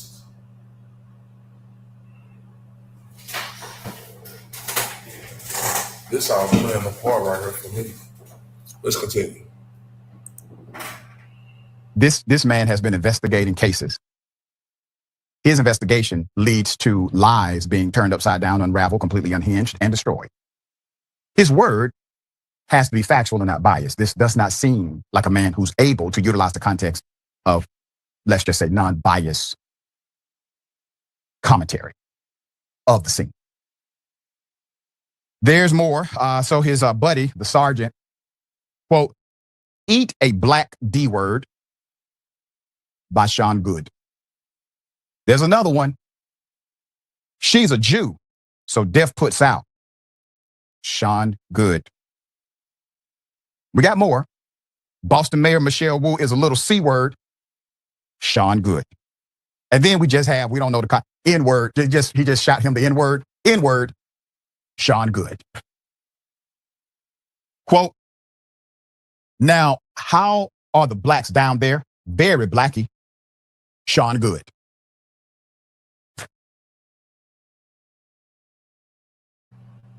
How are the blacks down there? Very blacky.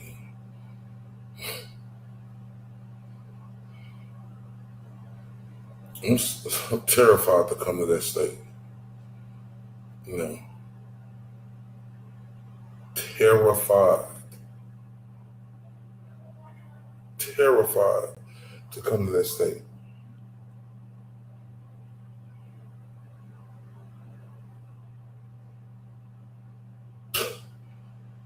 Do you understand as a black man how scary it is to come to that state right now?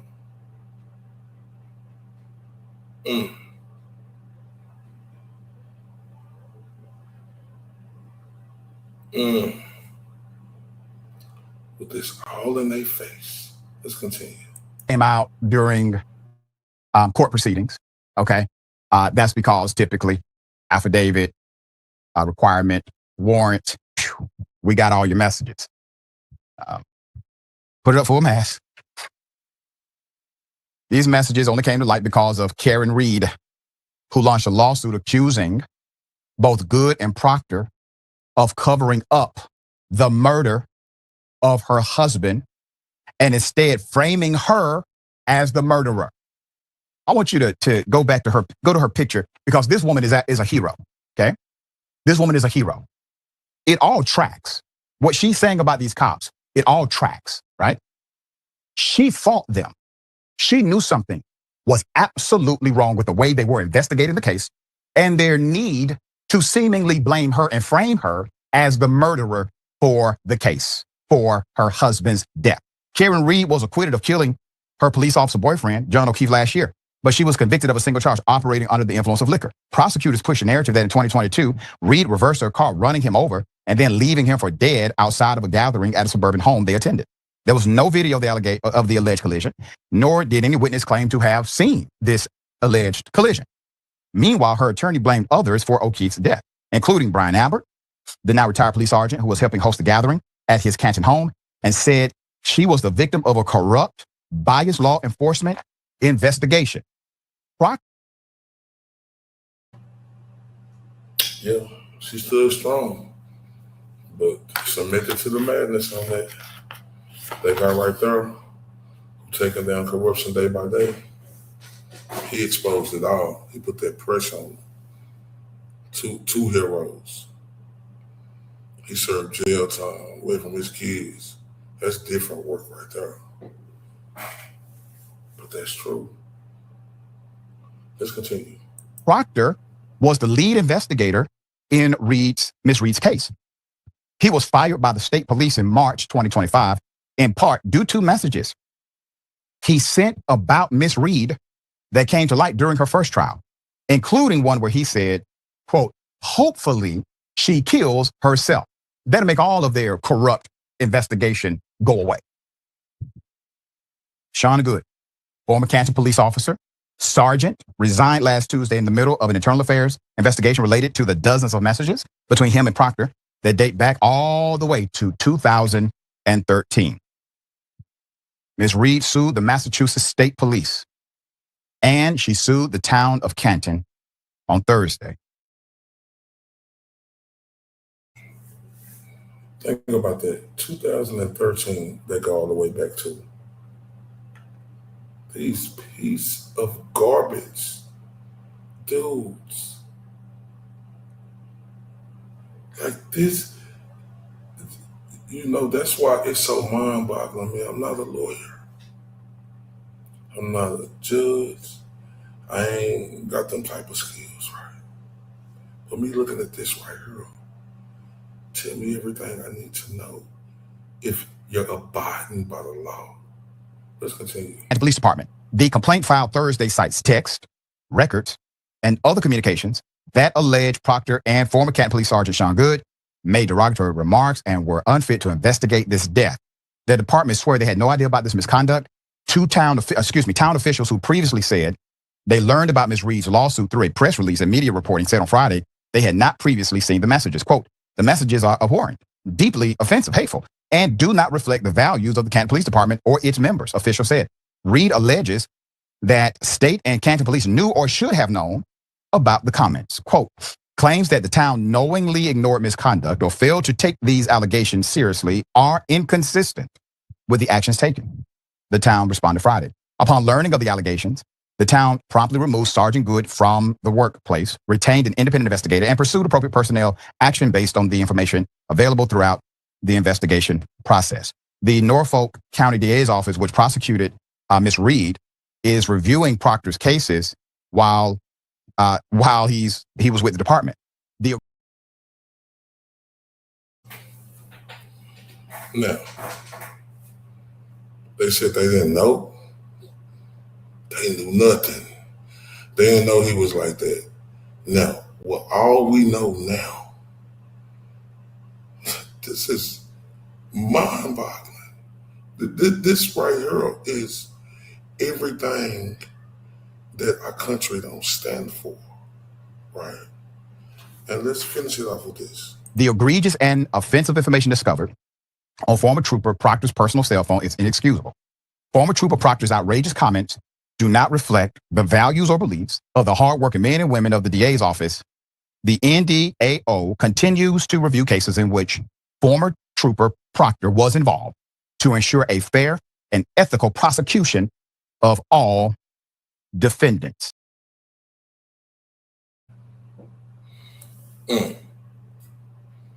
That's crazy work to hear this motherfucker say that. To just hear that shit and just know who that punk motherfucker on the screen was. But watch him say this. Keep this picture up just for a moment, Jordan. I don't really believe this guy. I could be wrong, but I do believe they were very anxious to believe and then utilize their lawyering skills to prosecute individuals that these cops said, hey, they did it. If somehow these two individuals just duped your office, they did not fabricate evidence. They just said stuff. All right. They are corrupt individuals. Absolutely 100%. No question about it. None. But you and your office, you have the ultimate responsibility of weighing the evidence in your own department and then presenting that evidence because you believe a person is guilty beyond a reasonable doubt. And your office did that to this woman. My point is, sir, don't just look at the cops and look at the cases that they've been involved in. Look at your prosecutors and all the cases they've prosecuted on behalf of those cops. Stop playing games. Stop playing games. And see, this ain't no video game. It's life, right? It's life. And see, it's just mind-boggling to me when I got this ready for today. It's just to look at this and see, like, this, all of this went down, right? In this area, them knowing about the connections and the witness intimidation.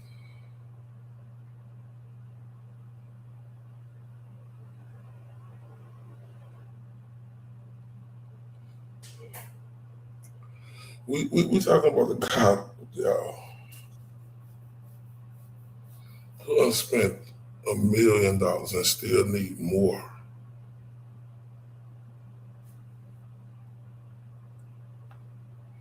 Get these charges, get these bullshit charges like this.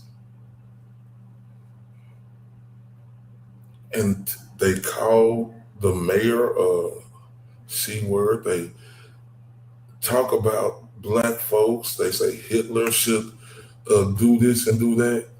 Are you kidding me?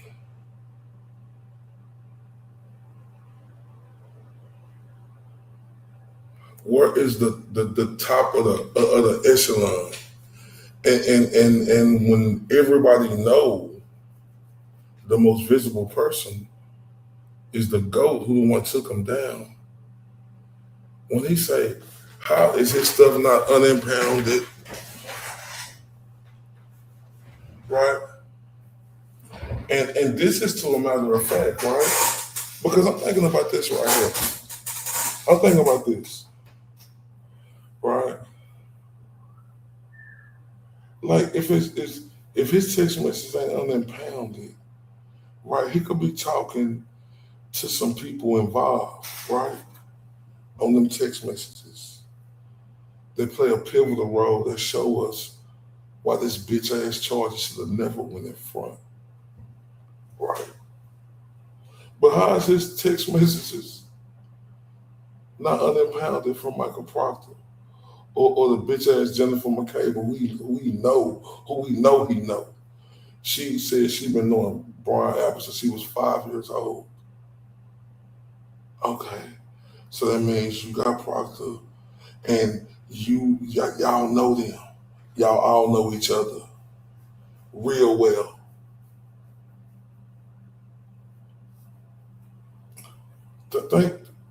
This is explosive. It's embarrassing.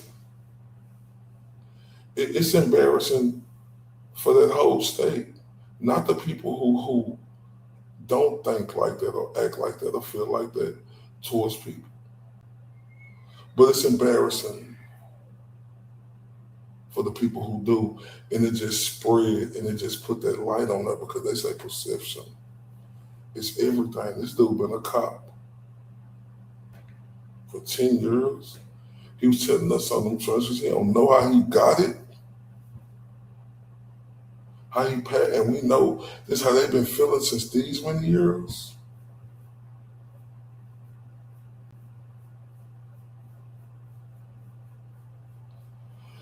That's why I want to get to this point right here. That's why I was so pissed, right, about the mega motion. Because I thought they killed it. I thought that mega motion should have dropped everything right then and right there. And this is Mark Betterow, Tim Bradle, and Turtleboy after they come out. What do you got? No, any questions, guys? Reaction to what you just went through there, guys. Wait for the court to decide. We think it's a very strong application. We think there's a strong motion to dismiss, also waiting in the wings if this one doesn't go our way. So we're pleased with today. We have a judge who's obviously very informed, very prepared, and we're confident in what the outcome will be, whether it's on this motion, the next one, or the final result.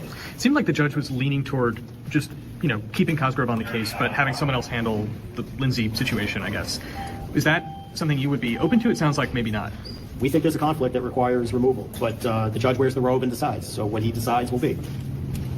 Did you get a sense of where he was leaning? It seemed like he was taking a, sort of active approach, poking holes, not just in your argument, but in the Commonwealth's as well. He was a hot bench. That happens from time to time. That's what lawyers deal with, and you deal with it. So I don't read into it one way or the other. You seem to give some credit to a strong motion to dismiss, which, of course, we now at least have a date for.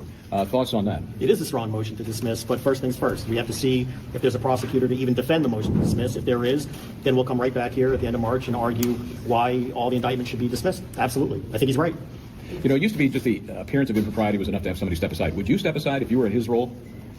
If I were sued by a witness in a case I was prosecuting back when I was a prosecutor, I personally would take the exit ramp and get out of there, yes. So why is he fighting so hard to stay on this case? That's for him to answer. I don't want to speculate.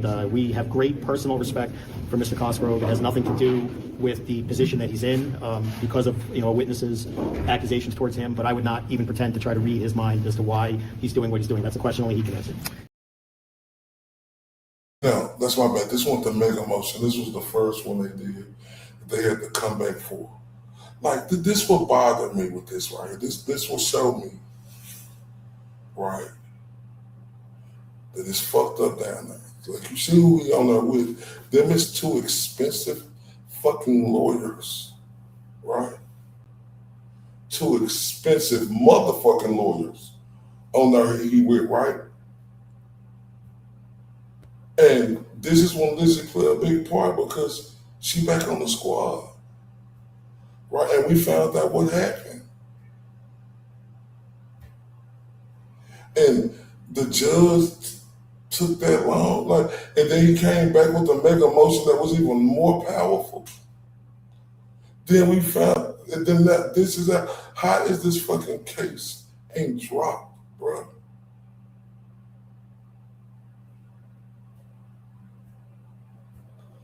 This is criminal. This is this is injustice intimidation. Let's continue. When that witness has testimony that could impeach other important witnesses. It's just, we don't think it's appropriate, but we don't decide either.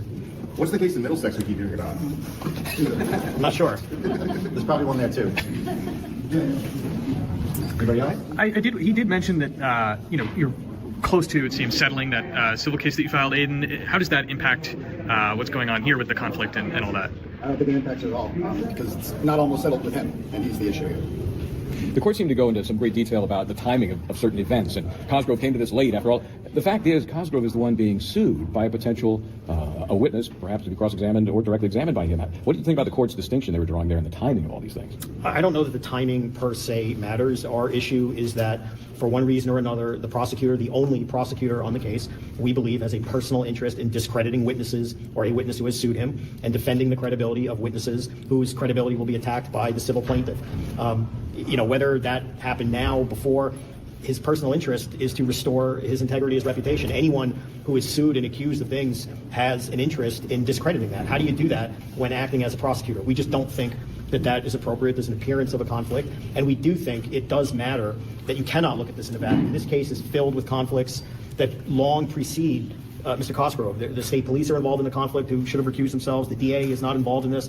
The former special prosecutor, Ken Mello, was booted off the case for having conflicts with Ms. Gaetani. By the way, Mr. Cosgrove already had another conflict with Ms. Gaetani. I don't think you can look at this in a vacuum. The public confidence matters in a criminal proceeding, and it's flagging right now here. And she's not a potential witness. According to Brian Tully's 911 call on Christmas Eve 2023, he called her a witness, not a potential witness, 4 times. So she was a witness until she wasn't. And in his affidavit, he swore in his search warrant affidavit that she was a potential witness. Not even a potential witness, she was a witness. So, there's no question she's involved in the case. It creates an appearance of impropriety. It creates an appearance of a conflict.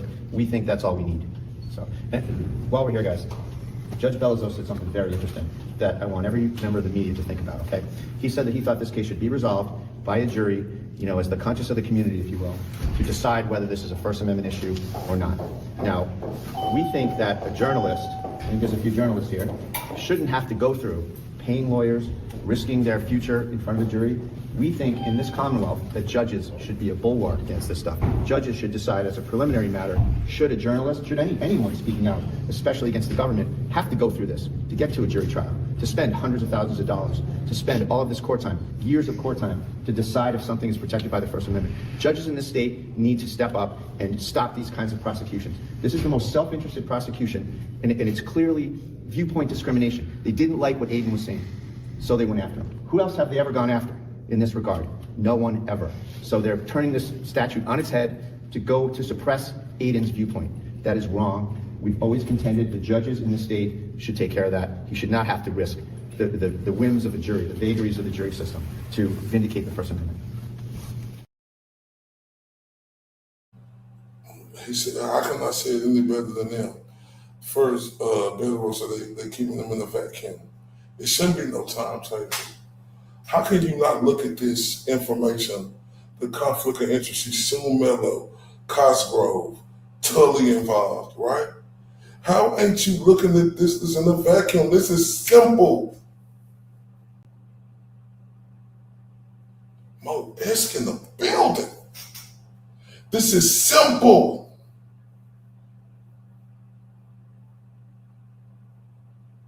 Simple, ladies and gentlemen. Simple.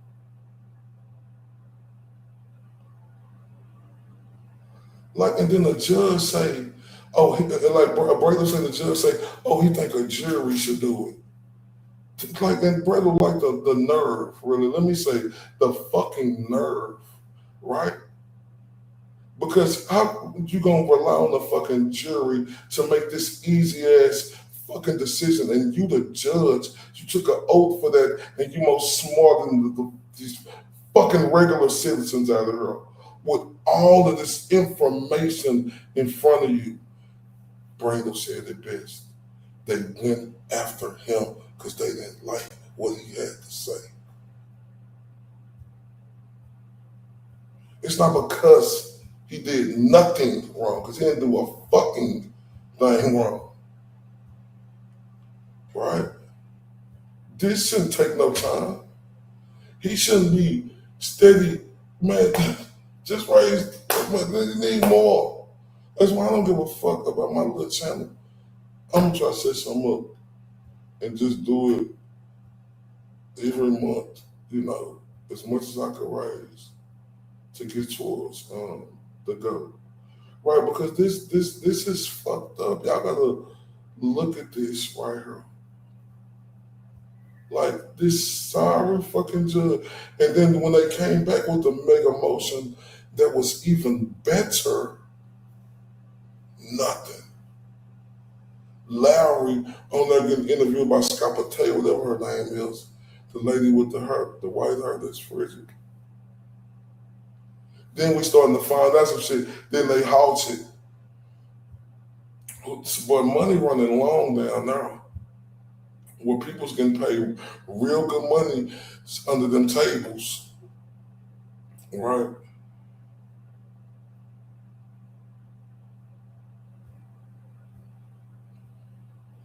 Man, he got his hands up like that's a real photo. I just put that king hat on him with Turtleboy on it, right? Because it's still day by day, y'all. It ain't over with. Because what he did is he got Karen Reed free. Not just him, but he was one of the main characters. I call him the MVP of Commonwealth, Commonwealth versus Reed. But it's not over, right? And all them judges, all them high officials, even fucking Mayor Wu, how the fuck do you feel, Mayor Wu? Do you know that Jelly Bean John looking mother and Proctor that's over there with them saggy droop ass job? He called you the C word. Shout out to the beautiful Mo. Yeah, she just turned me up, y'all. She said, thank you, Mo. Thank you, beautiful. Like she said, fight corruption, fight for the First Amendment and free TV. That's big facts. Let's turn it up real quick, y'all. That's real talk. That's what we're here for. I ain't never represent, baby. I ain't do no wrong. I can clean up good for you. Oh, I know right from wrong. Cause I wanna make it. Me that baby. Yo, you gotta chill, man. And that's real, and this crazy work right here. Cause it's like, Mayor Wu, what the fuck is you doing right now? You ain't feeling yourself. You ain't feeling some type of way. He say he was Hitler, was her. Oh, that's right, Mayor Wu. You didn't give a fuck about him talking about Karen Reed either, a woman, which you are. In the way, like Alan Jackson say, he dehumanized her.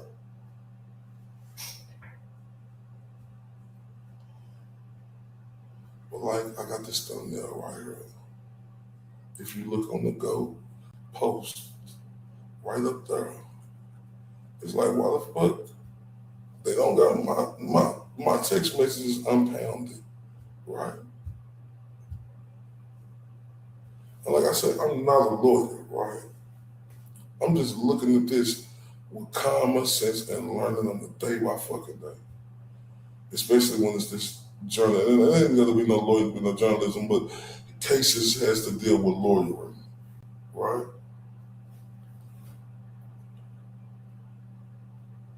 Like when you see Lowry, you know, the little fucking smurf, you know, say, oh, we didn't know Bradle was going to be his counsel for this right here. That slick ass shit, that's what lawyers could do. And you know what's crazy? It's some slick ass shit that fucking work, right? Because you could look at it and say that, but for the judge to know that Bradle was down there with her earlier for a case and knew nothing about that. He presented all the evidence, how 2 other courts agreed he could be here, right?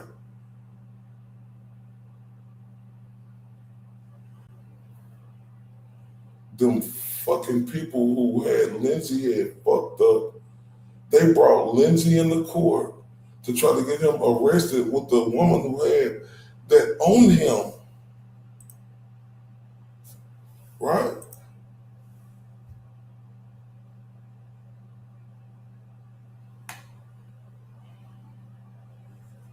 And let's look, because I want to hear Tim Bradle say this again, because this pissed me off right here, y'all. Because how could you get a better argument than that? Watch this. Your Honor, the witness's concern has no legal materiality under the law. So the answer that I have is, so what? The witness's concern, where does that fit into the law here, Your Honor? This matter's been adjudicated twice. Mr. Kearney has the right to speak on the case. He's gone through all the proper channels to be here. He is not in any way wants to or is trying to make any issue of his presence here, and he's just trying to cover the case as best he can. And this is just a personal vendetta that's been carried out by the Norfolk County DA's office against Mr. Kearney. And you know, this is where the court needs to hold the line on the First Amendment. You know, this witness intimidation statute, Your Honor, is an absolute abomination. It is going to be struck down. It's just a matter of time. And this is just a continuation of everything the special counsel's been doing to Mr. Kearney, and now the office itself is doing it. There's no reason for this motion to be allowed, Your Honor. There's no discomfort exception to the First Amendment, Your Honor. There's been absolutely nothing advanced, especially on an emergency basis, which is, I assume, why this is being done with no notice. There's been no establishment of any emergency. There's been no conduct whatsoever on the part of Mr. Kearney to justify this motion. And I did happen to see some reference to the Chestnut trial about published something to the effect of doxing a seated juror. That is false. Mr. Kearney wrote a story on a juror after the jury was discharged. There's absolutely no prohibition or problem or issue with that. And it is absolutely protected conduct by the First Amendment. And it is not in any way a grounds for this court or the Commonwealth to assert any wrongdoing against him. So I can assure you I am not considering that incident in this. You all know I was the judge. I am not considering that experience in this motion. Thank you, Your Honor. Anything further, Mr. Nothing Bradel? further. Thank you. All right. So, Mr. Bradel, I agree with you that Mr. Kearney is certified by the Office of Public Information pursuant to SJC Rule 119, and that he has a right to be here today. He arrived timely, and that he is registered. I have honored that 119 registration today, and I will continue to honor that. However, right? And this is where I'm fucked up about this, right? But however, right? Like Bob said earlier, Brian Albert was able to sit over there and look at that jury. Them motherfuckers over there, he knew them. They made the phone call. Had to. Right? And look what this brawl say. We all know Turtleboy, and this ain't no disrespect to the GOAT. He a little dude. 5'7", 5'8", like 150, 160 pounds. And look what this brawl say. However, my role in this case, Commonwealth versus Karen Reed, is to assure that the defendant's constitutional right to a fair trial are honored and upheld. And because of the chilling effect that Mr. Kearney's presence, I find, will have on the witness's testimony, I'm going to excuse him while the named witnesses in the Commonwealth's motion, Julie Nagel, Christopher Albert, Colin Albert, Michael Proctor. Shut the fuck up. His chilling effect. Is it the baby blue eyes? His chilling effect. What is he talking about, woman? What the hell is you talking about? His chilling effect.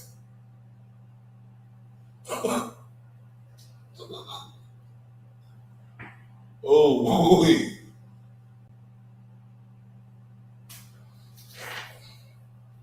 And this was crazy about it. His chilling effect.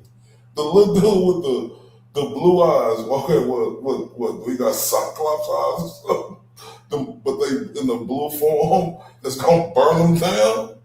Right? Like this little guy with a nice haircut, got a suit on, and you say his chilling effect. Are you fucking kidding me?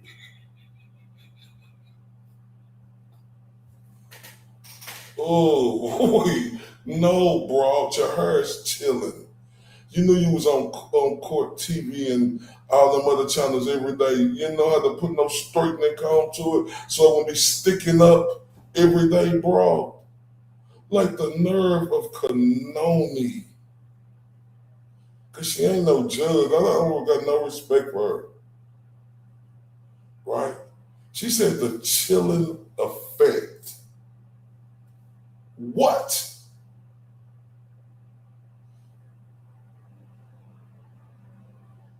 Are you kidding me? That's why when we know all what went on, and I'm going to just play this little part right here, what Beto say again real quick. Watch this. When that witness has testimony that could impeach other important witnesses. It's just, we don't think it's appropriate, but we don't decide either. What's the case in Middlesex we keep hearing about? I'm not sure. There's probably one there too. Anybody else? He did mention that, you're close to, it seems, settling that civil case that you filed, Aidan. How does that impact what's going on here with the conflict and all that? I don't think it impacts it at all because it's not almost settled with him, and he's the issue here. The court seemed to go into some great detail about the timing of certain events, and Cosgrove came to this late. After all, The fact is, Cosgrove is the one being sued by a potential a witness, perhaps to be cross-examined or directly examined by him. What do you think about the court's distinction they were drawing there in the timing of all these things? I don't know that the timing per se matters. Our issue is that for one reason or another, the prosecutor, the only prosecutor on the case, we believe has a personal interest in discrediting witnesses or a witness who has sued him and defending the credibility of witnesses whose credibility will be attacked by the civil plaintiff.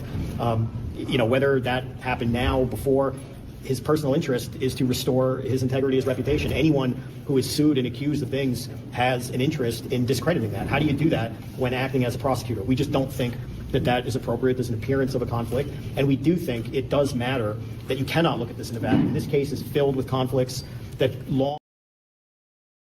See, that's why I love this lawyer talk, right? And I'm sorry. He said you cannot look at this case in a vacuum. Boy, talk that shit better, road. You can't look at this case in no fucking vacuum. Are you kidding me? He said, I don't give a fuck. Basically, this is me talking. But basically, in lawyer terms, I don't give a fuck when it happened. You see the fucking conflict, you fucking idiots.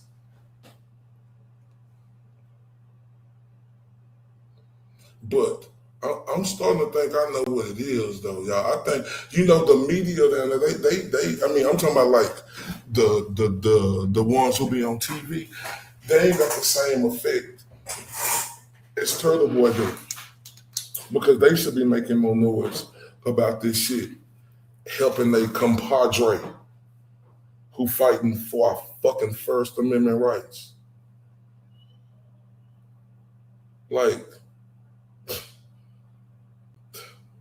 you can't keep this case in a vacuum like that. When you know now everything that's going on, you stupid ass judge.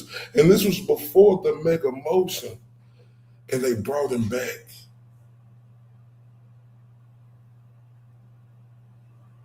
But this is, man, and that's why y'all, that 81,000, that should help to go. But that's nothing. Now, he need more. And I don't give a damn on my little channel. I'm going to set one up. Because we got to fight for him, man. Because he's fighting for us. And that's real talk. Like, this is just clear-cut, no debating. I ain't go to fucking college. You don't fucking think I can see that it's a conflict of interest?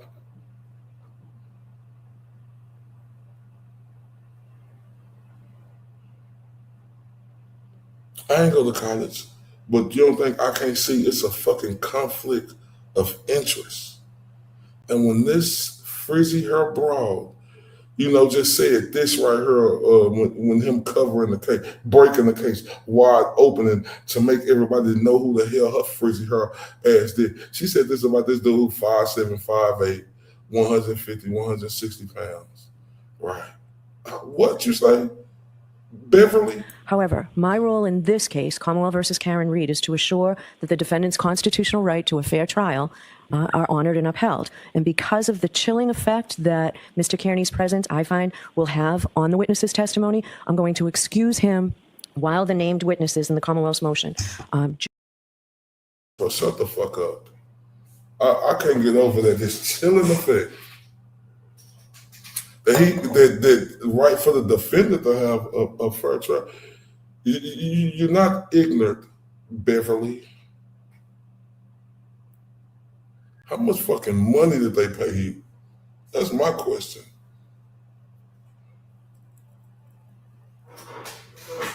And we forgot her brother did represent one of them, right? But she said, oh, the chilling effect. Oh, she showed me they made it rain. Clear cut.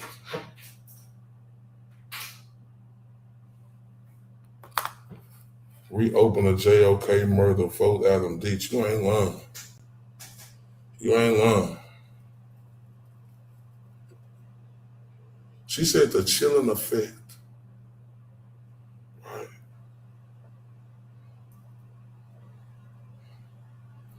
Mr. One Man Army and journalist, and you know there'll be other people with him, but I'm just saying, him sitting in the court with his baby blue eyes, gonna scare the witnesses or make them look a certain type of way? No, bro. You talk to your brother. And he put a chilling effect in your fucking ear to come up with your decision. Because Bradle said before that, hey, Judge, let me get 7 days. At least give me 7 days and just do this right up on me. But me not being a lawyer, I'm thinking they got away. I'm thinking that they could do that, you know, and she just went with it. She knew that she could do it like that because she knows she had that power. But she knows she should have gave him 7 days. She just didn't want to. She didn't want Turtleboy in court. Oh, miss, I'm going to keep his seat. Man, fuck you. Fuck you. I'm going to keep his seat, though. You like, and they talking about what's the chilling effect, Coney, is how the fuck do we got these witness intimidation charges on them and any other fucking judge out here when all this has come to light, and especially with Proctor? Why is it still impounded? Right? Watch Alan Jackson eat his ass up real quick. Then I'm gonna finish it off with my good part, my favorite part of the trial. You see an entry from Courtney Proctor, a text starting, "I didn't give my." Yes. Request permission to publish, Your Honor? Yes. 2526, please. On that date, February 4th, 2022, your sister texted in relation to some sort of donation that she had given, "I didn't give my name as I didn't want anyone to link me to Michael," meaning you, correct? Objection, Your Honor. May we approach? Okay, take that down.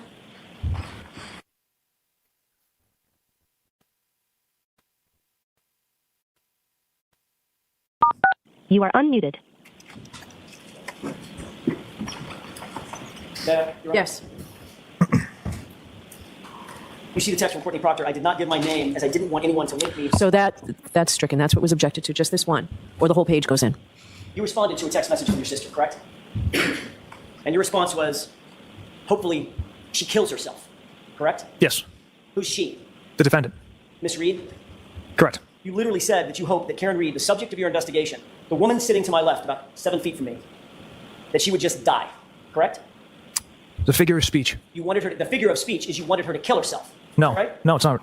Trooper Proctor, Karen Reed, in your investigation, had quickly become a very serious problem for you, hadn't she? Objection. Sustained. Did you believe that Karen Reed was a problem or an issue for your investigation? Objection. I'll allow it. No, absolutely not. In your words, quote, "All the powers that be want answers ASAP." That's what you texted on January 29th, right? Yes. That put a lot of pressure on you, didn't it, Trooper Proctor? There's a lot of pressure in every case, sir. This case involves a Boston cop whose family you were actually connected to, correct? Loosely. Chris Albert, loosely. Yes. Julie Albert, loosely. Yes. Colin Albert, loosely. Yes. Kevin Albert, loosely. Yes. Loose enough to leave his badge and his gun in your cruiser after a night of drinking, right? Objection. Sustained. You agreed in your group chat that you needed to, quote, "make this cut and dry" because another cop was involved. Those are your words, right? Objection. Where is this?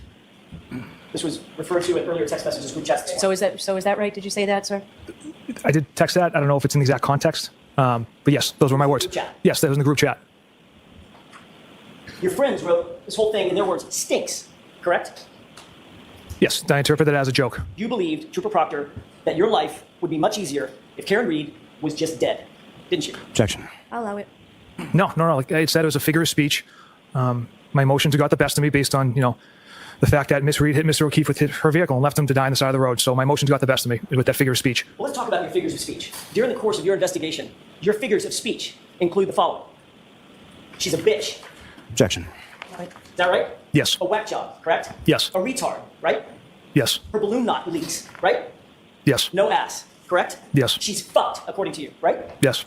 Ass leaker. That was the word you used, a figure of speech, right? Correct. A girl who shits herself, right? Correct. And then fuck her, correct? Correct. Would you agree, Trooper Proctor, that you have dehumanized Karen Reed during the course of your investigation with comments and words like this? Objection. I'll give you this one, Mr. Jackson. Would you agree with that? I would say based off that language,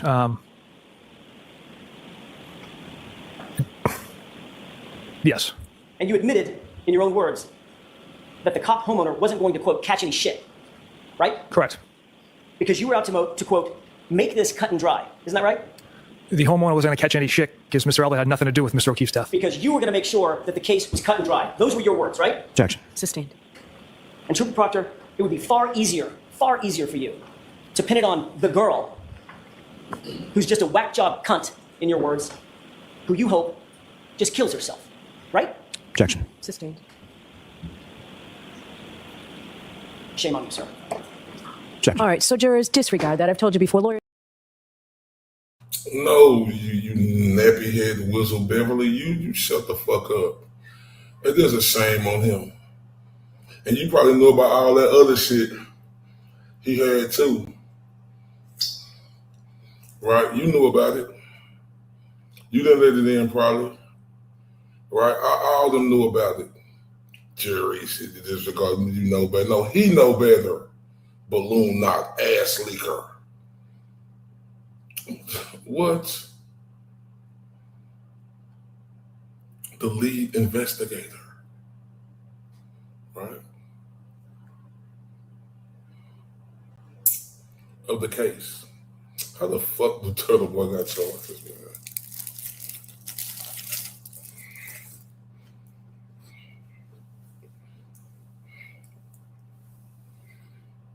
To me, this is like more money added to the fucking pot that they making him spend so they could turn over and pay people off.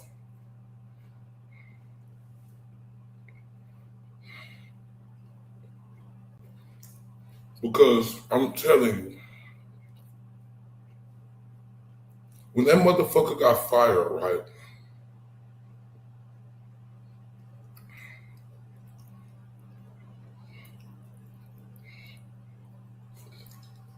All them motherfuckers chipped in to give him money still. I guarantee you.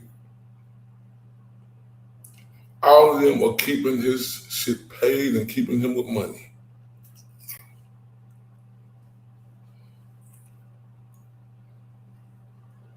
Cause the way he getting was he deserved this shit.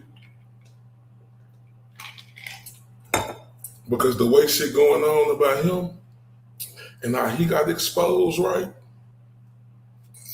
With the way he really feel about black people and stuff now too. What the fuck is Turtleboy charges still on him for? Look at this. This is how you feel about us. Cops. What if a cop said, "Oh, don't worry about it. It's just a bunch of N-words in an accident. I wouldn't rush over there if I were you." Here we go. And there's a lot of it. Put it up full mass. Exposed, ladies and gentlemen, two white cops, former sergeant, which is a supervisor, Sean Good, and trooper, that is a state agency, Michael Proctor, are in hot water after their racist and sexist text messages have been exposed. They are no longer working with their Massachusetts police departments, and I'll tell you how it all unraveled. First, the messages in question. After observing a multi-car accident and initially informing Sergeant Good, who's a supervisor, in case he was on duty, Proctor said, quote, "Take your time. I saw a N-word was involved. So I wouldn't rush if you're working. Let them die." End quote. Some other messages pulled directly from the lawsuit. Quote, "That lady was an absolute C-word and N-word who had it in for me for some reason. Michael Proctor." Well, I mean, Michael, it may be because you're racist and sexist. There's more. Unfortunately, I know Randolph all too well. Place is a complete ish hole filled with N-words, no good N-words. Michael Proctor. No good N-words, sir? There's more. Quote, "It should be a punch of N-word day in Canton today out of retribution. Any shine you see blasted in the face." Michael Proctor. Here's another one. Quote, "America sucks. Hitler was really onto something. Then the effing US had to step in and ruin it." Michael Proctor. Oh, wait. Punch an N in the face for Retribution Day. Oh, wait, that hurt. Right? It's black. It's the N words. Just let them M each other. Oh, Hitler was right. Then the USA came in and did this. Oh, my.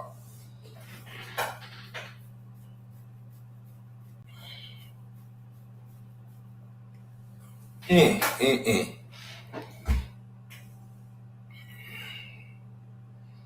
forgot to say this too. Sean Good, here's out to beautiful Helen Keller. She told me about this, about how when officers there are finna get disciplined,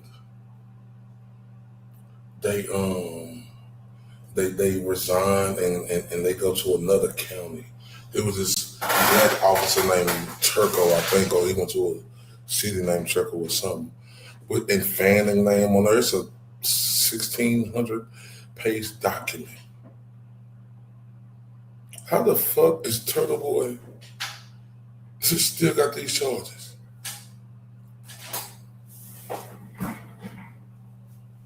Why is his documents, which I mean the phone conversations like he posted a couple of days ago, why aren't they unimpounded?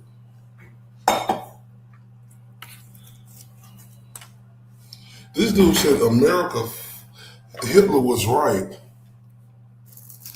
and America effed up. Shout out to the beautiful Helen Keller.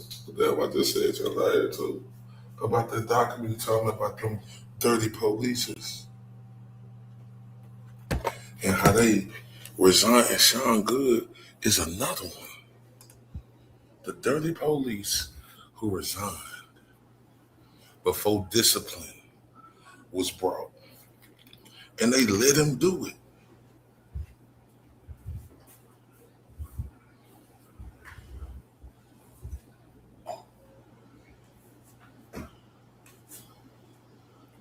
And they let him do it, y'all. That's the nasty work right there. They let him do it.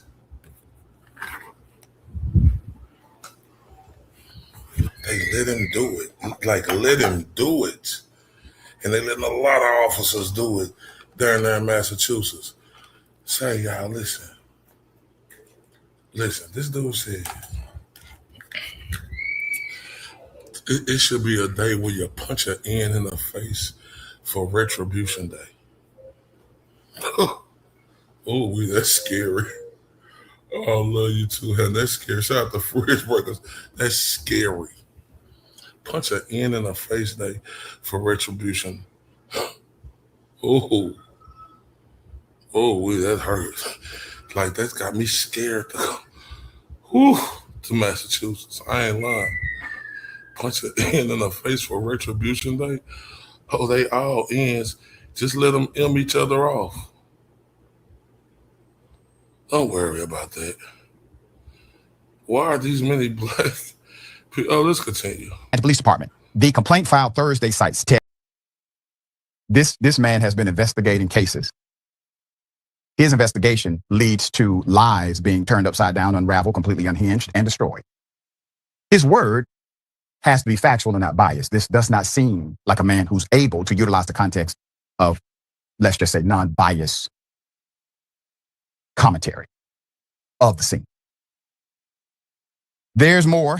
So his buddy, the sergeant, quote, "Eat a Black D Word" by Sean Good. There's another one. "She's a Jew, so death puts out" Sean Good. We got more. "Boston Mayor Michelle Wu is a little C-word" Sean Good. And then we don't know the N-word. He just shot him the N-word. N-word, Sean Good. Quote, "Now, how are the blacks down there? Very blacky." Sean Good. Well, let's go. Well, that's some fucked ups. You motherfucker. Oh, I'm laughing, but y'all, that's some fucked up. Whoa. How the blacks down there? Very black. You bitch. Oh, wait. This motherfucker. Oh, it's all good. Oh, damn. Boy, this is fucked up, y'all. I know I'm laughing. But this is so fucked up. And like Helen Keller say, Proctor, Tully, Bukaki, and the Albert, they're all on that list because of the Karen Reed case. His case should be thrown the fuck out. And that's why I put this together for my best presentation of why, shout out to the beautiful Emily C. Dodo in the building. I'm sorry if I said that wrong. That's why I put this whole thing together of my witness imitation. How is it down there? Real boy. Let me go. Oh, help me. Help me. Golly, y'all. Helen did us to Aidan did the Massachusetts State Police in Norfolk County the biggest favor. You ain't lying. Boy, that's why I got that on there right there. Look. The system is scared because we won't stop. He won't stop because he running with it. He the one who pushed this. That's why this right here is real legitimate when they say Aidan did the Massachusetts State Police in Norfolk County the biggest favor. That's facts. Shout out to the beautiful Charlie Wright. She said I love right with the giggles at the most. And I know. I'm sorry. I'm sorry. But it's just so fucked up how the black folks down there real blacky. Oh, and it's fucked up though because look, they let this motherfucker resign. And he probably still get this fucking pension. Oh man. Oh. Oh, y'all, that's just cold blood. I'm sorry. Oh, boy. Oh, I'm real black. Man, you ain't, oh my God. Like, when I heard that, y'all, I went banana nuts. I was like, this son of a bitch. Beverly got she was on the road and not in the demolition derby with her cruiser. Yep. Man, this dude said real black. I can't get over that. Let me go to the next one, though. Proctor was the lead investigator in Miss Reed's case. He was fired by the state police in March 2025, in part due to messages he sent about Miss Reed that came to light during her first trial, including one where he said, quote, hopefully she kills herself. That'll make all of their corrupt investigation go away. Shauna Good, former Canton police officer, sergeant, resigned last Tuesday in the middle of an internal affairs investigation related to the dozens of messages between him and Proctor that date back all the way to 2013. Ms. Reed sued the Massachusetts State Police, and she sued the town of Canton on Thursday.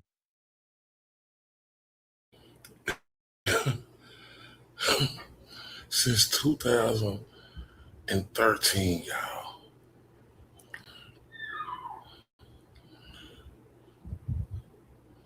That's unbelievable. That's why I want to go put that post out. And I was watching Melanie Little that day, and boy, oh boy. Like when she talked that, when she reading it, because it's fucked up, right? And man, you mean to tell me that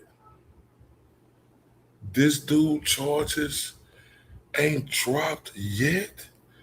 And like Helen say, they all on the list. Tully Proctor, the Albert, and the other Bukaki bitch ass. Right? Well, this is diabolical. At the police department. The complaint filed Thursday cites text, records, and other communications that allege Proctor and former Canton Police Sergeant Sean Good made derogatory remarks and were unfit to investigate this death. The department swear they had no idea about this misconduct. Two town officials who previously said they learned about Ms. Reed's lawsuit through a press release and media reporting said on Friday they had not previously seen the messages. Quote, the messages are abhorrent, deeply offensive, hateful, and do not reflect the values of the Canton Police Department or its members, official said. Reed alleges that state and Canton police knew or should have known about the comments. Quote, claims that the town knowingly ignored misconduct or failed to take these allegations seriously are inconsistent with the actions taken. The town responded Friday. Upon learning of the allegations, the town promptly removed Sergeant Good from the workplace, retained an independent investigator, and pursued appropriate personnel action based on the information available throughout the investigation process. The Norfolk County DA's office, which prosecuted Ms. Reed, is reviewing Proctor's cases while he was with the department.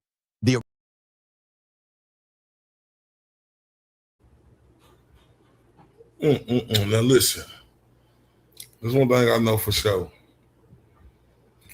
With these text messages coming out now, and we know it's some more, just think about all the ones impounded with the GOAT, with Jennifer McCabe, like just, he said, wait till we say, I think we got some, I truly think, you know, when you're talking about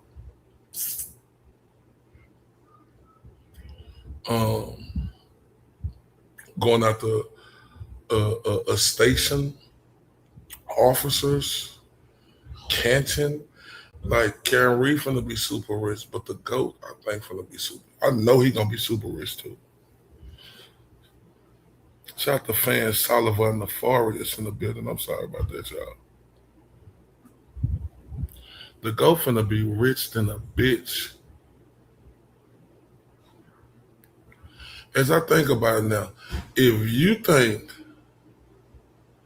how they felt about black folks all them years, and Karen Reed, what they called her ass leaker and balloon knot, and you know, and talking about, and the dude say, why does her ass leak?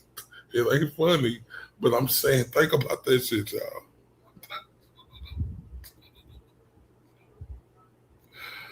Oh, Haya, who is Haya? I'm sorry for missing Haya. Like,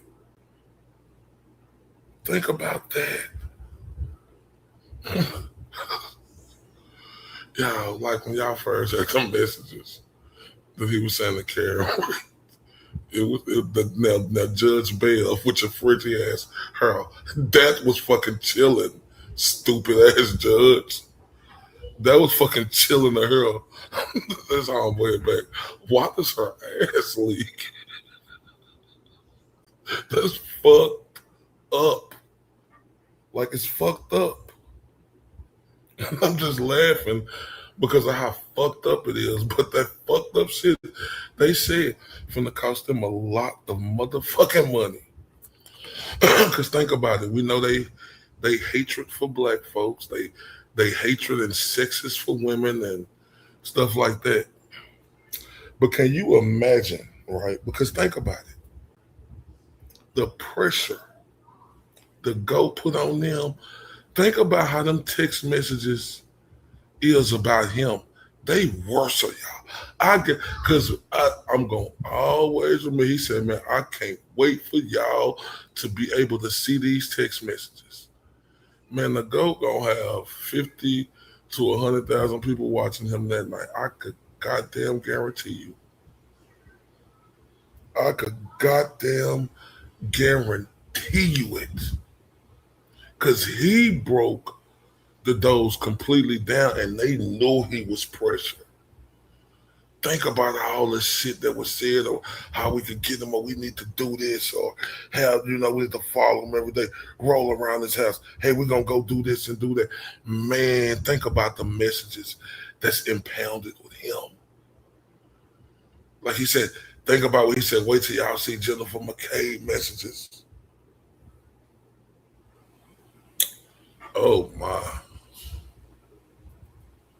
Oh my, oh my, oh my. Oh my. Oh my. Now, let's go to this scumbag piece of shit right here. Watch him. The egregious and offensive information discovered on former Trooper Proctor's personal cell phone is inexcusable. Former Trooper Proctor's outrageous comments do not reflect the values or beliefs of the hardworking men and women of the DA's office. The NDAO continues to review cases in which former Trooper Proctor was involved to ensure a fair and ethical prosecution of all defendants. Now, that's that big Michelin man built bitch in Morrissey, who we know is a conniving, biggest corrupt piece of shit out there, right? Saying that, looking in hindsight now, with all this information, are these judges fucking kidding me? Y'all don't act like that, bitch. Y'all brought this case to fucking court, you dumb, stupid motherfuckers. Keep this picture up just for a moment, Jordan. I don't really believe this guy. I could be wrong, but I do believe they were very anxious to believe and then utilize their lawyering skills to prosecute individuals that these cops said, hey, they did it. If somehow these two individuals just duped your office, they did not fabricate evidence. They just said stuff. All right. They are corrupt individuals. Absolutely 100%. No question about it. None. But you and your office, you have the ultimate responsibility of weighing the evidence in your own department and then presenting that evidence because you believe a person is guilty beyond a reasonable doubt. And your office did that to this woman. My point is, sir, don't just look at the cops and look at the cases that they've been involved in. Look at your prosecutors and all the cases they've prosecuted on behalf of those cops. Stop playing games. Now, this Dr. Richard, when they're making to him, he like this one of the dudes who real big off right. So when I know this made it to him, and them text messages, I said, uh-oh. Because he ain't gonna let this shit go.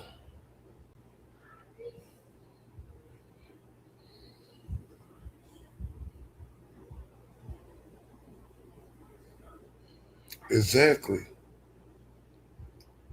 Say, he don't play. Like, I know when that made it, when I seen him have this on her, I said, Norfolk County,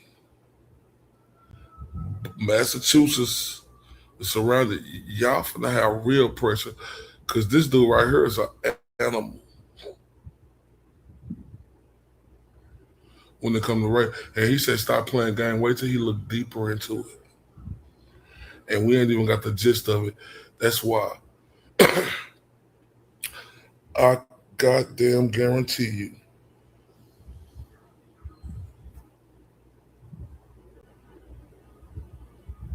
I goddamn guarantee you, if y'all think we seen text messages of this, oh, I can't wait to hear what they thought of Aidan Kearney. Look at it. Blue eye, fresh cut. You know. Think of that. I want to see all the details on how they arrested him and what they thought came to thinking and when they actions that was put out. Man, this dude right here, I could just imagine. Y'all understand, like, Karen Reed finna get broke the fuck off. But just think about some of the shit that they said about this dude. And it ain't just the words they probably said. You got to understand this fake ass witness intimidation charges they gave against him. And like I said, the GOAT is 5'7", 5'8", 150 pounds, 160, baby blue eyes. You know, a stand-up citizen who do everything the right way. You know, yeah, he talk shit, but I'm talking about do everything the right way where he don't break any laws or nothing like that. And then you have them fucking hyenas and the Alberts and all them big motherfuckers over there like fucking sumo wrestlers say they were scared of him. Are you fucking kidding me? And Kearney said she had a chilling effect that he would be in there. Man, fuck them people down there, man. But this is my case for witness intimidation. This is my case to where it should be thrown out. Everything should be unimpounded, and the GOAT should be able to go to work to where he on the offense now. Because I could just think of the chilling effect, Judge Kearney, we gonna have when his text messages get unimpounded by Proctor and the Mac overbite. Let me tell you something, Fire Marshal Bill looking bitch and Jennifer McCabe. Shout out to the beautiful Lacey Alvarez. What's up, Lacey? Now, look, this is my favorite moment, right?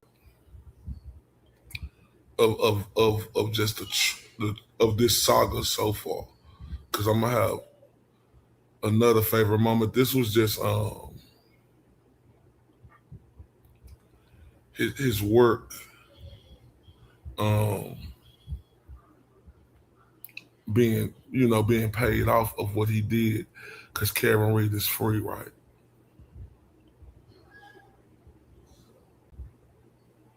Yeah, I'm giving the cartoon man a badge, paperwork, and a gun so he could. Oh, Lord. Oh, I'm scared to come to Massachusetts now. Especially high as the blacks down there. Oh, it's a bunch of blackies. Oh, for real? Oh, wait. Oh, wait. A bunch of blackies. Damn. I'm scared, Helen. I'm scared. Yeah, Morris, all that shit that I'm telling you. Watch. I can't wait. I cannot wait for this shit to come the fuck out. I can't wait. But I ain't flying for some reason. Proctor might flip. I don't know. I think in these days, because he's going to have to get questioned, he's the only one who get literally thrown under the bus. He's a bitch. He deserves everything he getting. But I think this motherfucker going to flip. I truly do. But hey, I could be wrong. But I truly do. But this is my favorite moment, I got 3 clips of this. It's when Alan Jackson came on there with the GOAT. Check this out. No centigraphs. Let's just get this party started. So we have here, we got Alan Jackson backstage. We're going to bring him up now. There we go. Let's do it. Hello, Mr. Jackson. How are you? What's up, Slick? That's what I should call you, I feel like. Thank you for coming to my program. Long time no talk to. I don't even know what to call you. You know what, that crowd behind you, I got to tell you, that crowd behind you, I've got a new name. Yeah, what's that? Sticks. We got Crash Daddies. We've got Data Daddies. You're the Crowd Daddy. The Crowd Daddy. I like it. You are the Crowd Daddy. That crowd behind you is because of you, in no small part, because of you. So thank you for everything you've done for the Free Karen Reed movement. It's been amazing. Well, I was honestly happy to do it. It's like one of my proudest life accomplishments. It started one day on April 17th, 2023, when I was sent this tip from a guy by the name of Brian Johnson, a former Duxbury cop who trained John on the job. Man, Crowd Daddy. That's where that came from. Alan Jackson said that, right? He said, you are the reason that crowd was there. He is the reason that it got attention, right? And he deserved it that, right? He deserved it that, right? Like, and Alan Jackson know that. He know that. He know who was out there listening. He know who was the one making the noise. He know that. That ain't fake. Oh, I love you. Like, yeah, we're gonna be on it. 30 plus years of decision making, and at some point you got to have the balls to make the call. You got to make the call. I knew that in my heart of hearts, I knew that having an empty chair, having the ogre under the bridge, and that's both Proctor and Higgins. I could make hay out of the fact that the Commonwealth didn't call two very, very obvious witnesses. How do you not call as the prosecution? How does Hank Brennan sit there with his suit on and his tie knotted and his glasses on, sitting there with his hair combed and his socks and his shoes and all his accoutrements, and stand up in front of the jury in closing argument and express to them a reasonable judgment why he didn't call the lead homicide investigator for the lead homicide that the jurors are expected to judge? Well, and I made him. He wasn't the lead. He wasn't the lead, according to Mr. Bukaki. Yeah. And everybody in the courtroom except him knew that was bullshit. That was complete bullshit. So I was never going to. My decision at the very beginning of the trial is, if they don't call Proctor, I'm not going to call Proctor. Really? So you decided early on? Yeah, I was going to make them own it. They're going to own it. Really? Okay. They're going to have to own that, and it's a difficult ownership to have. Not to call your lead investigator when the jurors are commissioned with the responsibility of judging the investigation. How do you not call the lead investigator? So I knew what I was doing. But you destroyed him last time. I did. I didn't need to do it again this time, as the evidence indicates, right? We got her acquitted, right? So you did. I knew that I didn't need to. From an ego standpoint, I would have loved to cross-examine Michael Proctor again. He stood no chance. As bad as it went for him the last time, it would have gone 10 times worse this time. But And that's real shit. He said, it's bad my ego wanted to do it. You know. Why the fuck would I call him? And that makes sense, but I was worried too. Why you didn't call Proctor? But it makes sense after you hear him say that, because I was worried too, like, damn. And I forgot what term to go use, like he used like a sports term, which was ice water, right? Because that and that would have been on Alan Jackson, right? It would have been on Alan Jackson, right? It would have been on him. All the way on him, right? And that's the reason why I played that, because like the GOAT I always say, Proctor was the main piece to the puzzle, right? And all of this, Proctor.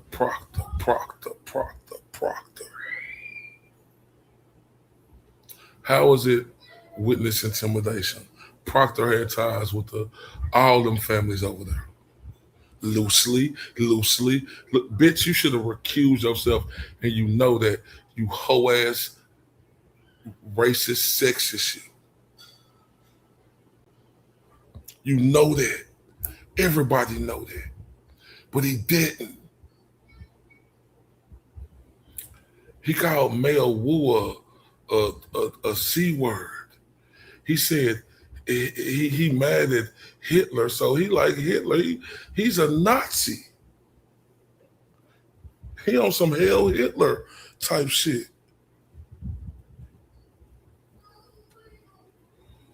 And then when he say, oh, it ain't nothing but a bunch of ends down there, let them all kill each other. You don't even got to bother going down there. Oh my. I wonder how many cases it done been in the last years they've been in the office that they didn't go to black folk problem and black folk got killed. You got to re-examine all of them. How can you just honestly say they got the unless it's just clear cut, no debate? How can every person of color should be out that motherfucker? And that's hard to say, but what they did, they really fucked up. What the fuck did they do?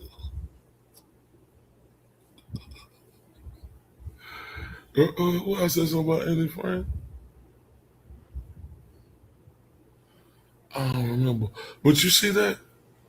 Proctor.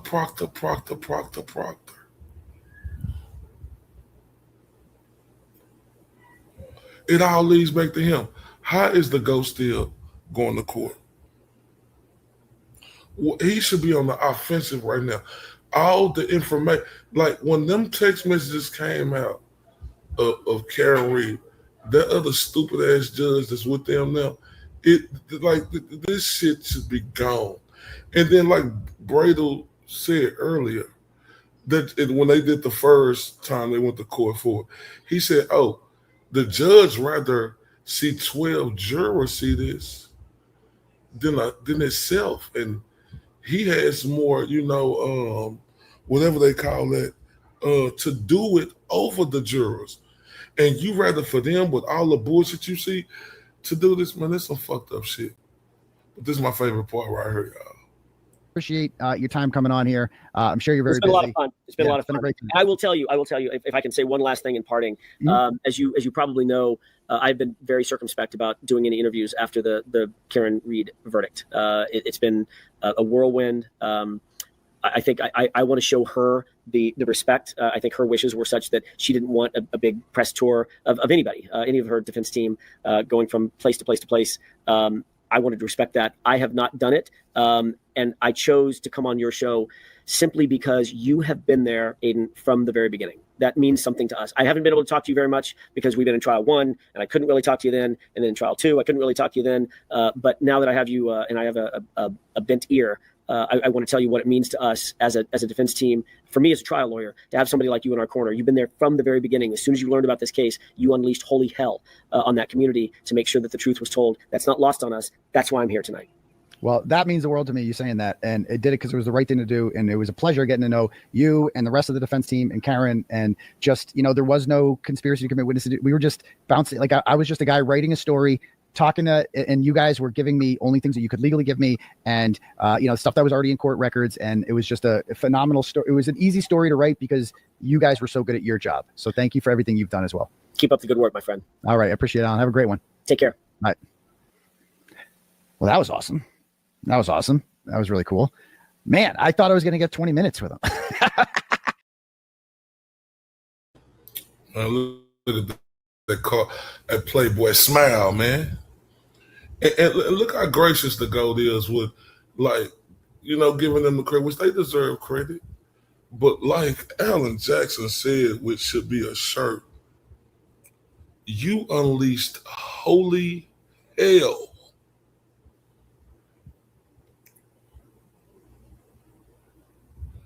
If it wasn't for you, we weren't doing this, but I had me as being the lead man to come on there for you.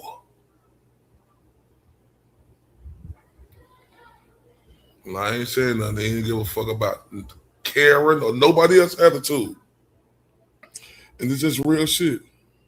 Totally failed to supervise through proper corrective actions. Yep, Norfolk members who were involved with inappropriate text messages related to a murder investigation. Yep. That's why, what is we doing down there in Massachusetts? This ain't enough. What the fuck else do y'all need? What the fuck else do y'all fucking need? What that Rumpelstiltskin looking ass judge who over this doing? And like I say, I don't agree with the GOAT about that judge doing a great job the last time. That's my opinion. Like, they smarter than me, but my opinion, when I was white, he didn't do a good job to me. He didn't do a good job to me because his dumb, big, koala bear nose ass seen this bullshit. But, he want to be on TV, take a picture, click, because when the GOAT come, all the cameras coming. Journalism is not a crime. Man, this need to dismiss. Man, this shit should have been dismissed. When them fucking cases come out, and this dude saying it should be punch an end day for retribution. Oh my. Man, they probably got text messages saying they want to Murda. I'm doing it that way. Turtleboy.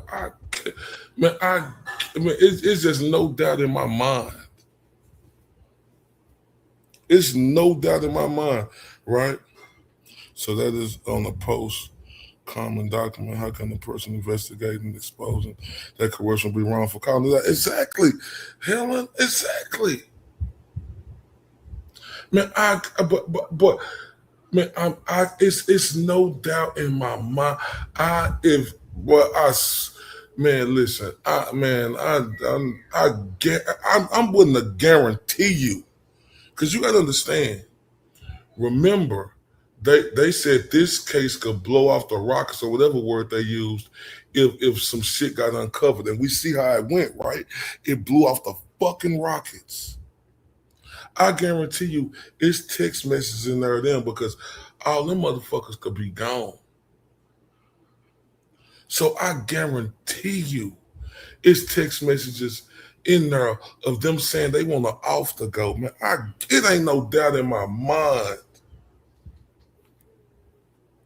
It ain't no doubt in my mind. Just imagine some of the shit that's in Jennifer McCabe shit. Oh my God. Man, it ain't no doubt in my mind, right? Because they know he was uncovering they bitch ass. Yeah, that's the reason they won't unimpound those. They knew he was uncovering they bitch ass, and them bitches started sweating. Man.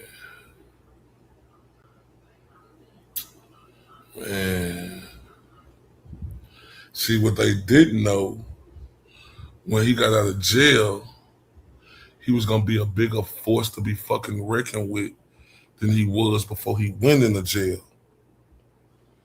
Man, I just know I'm willing to put a stack that they got messages in his phone saying they want to off the go. I'm willing to bet that shit. I was saying, I wonder if Chris Abbott often uses the shop phone for personal calls. He might do. He might do. That's true. He might do. I agree with that 100%.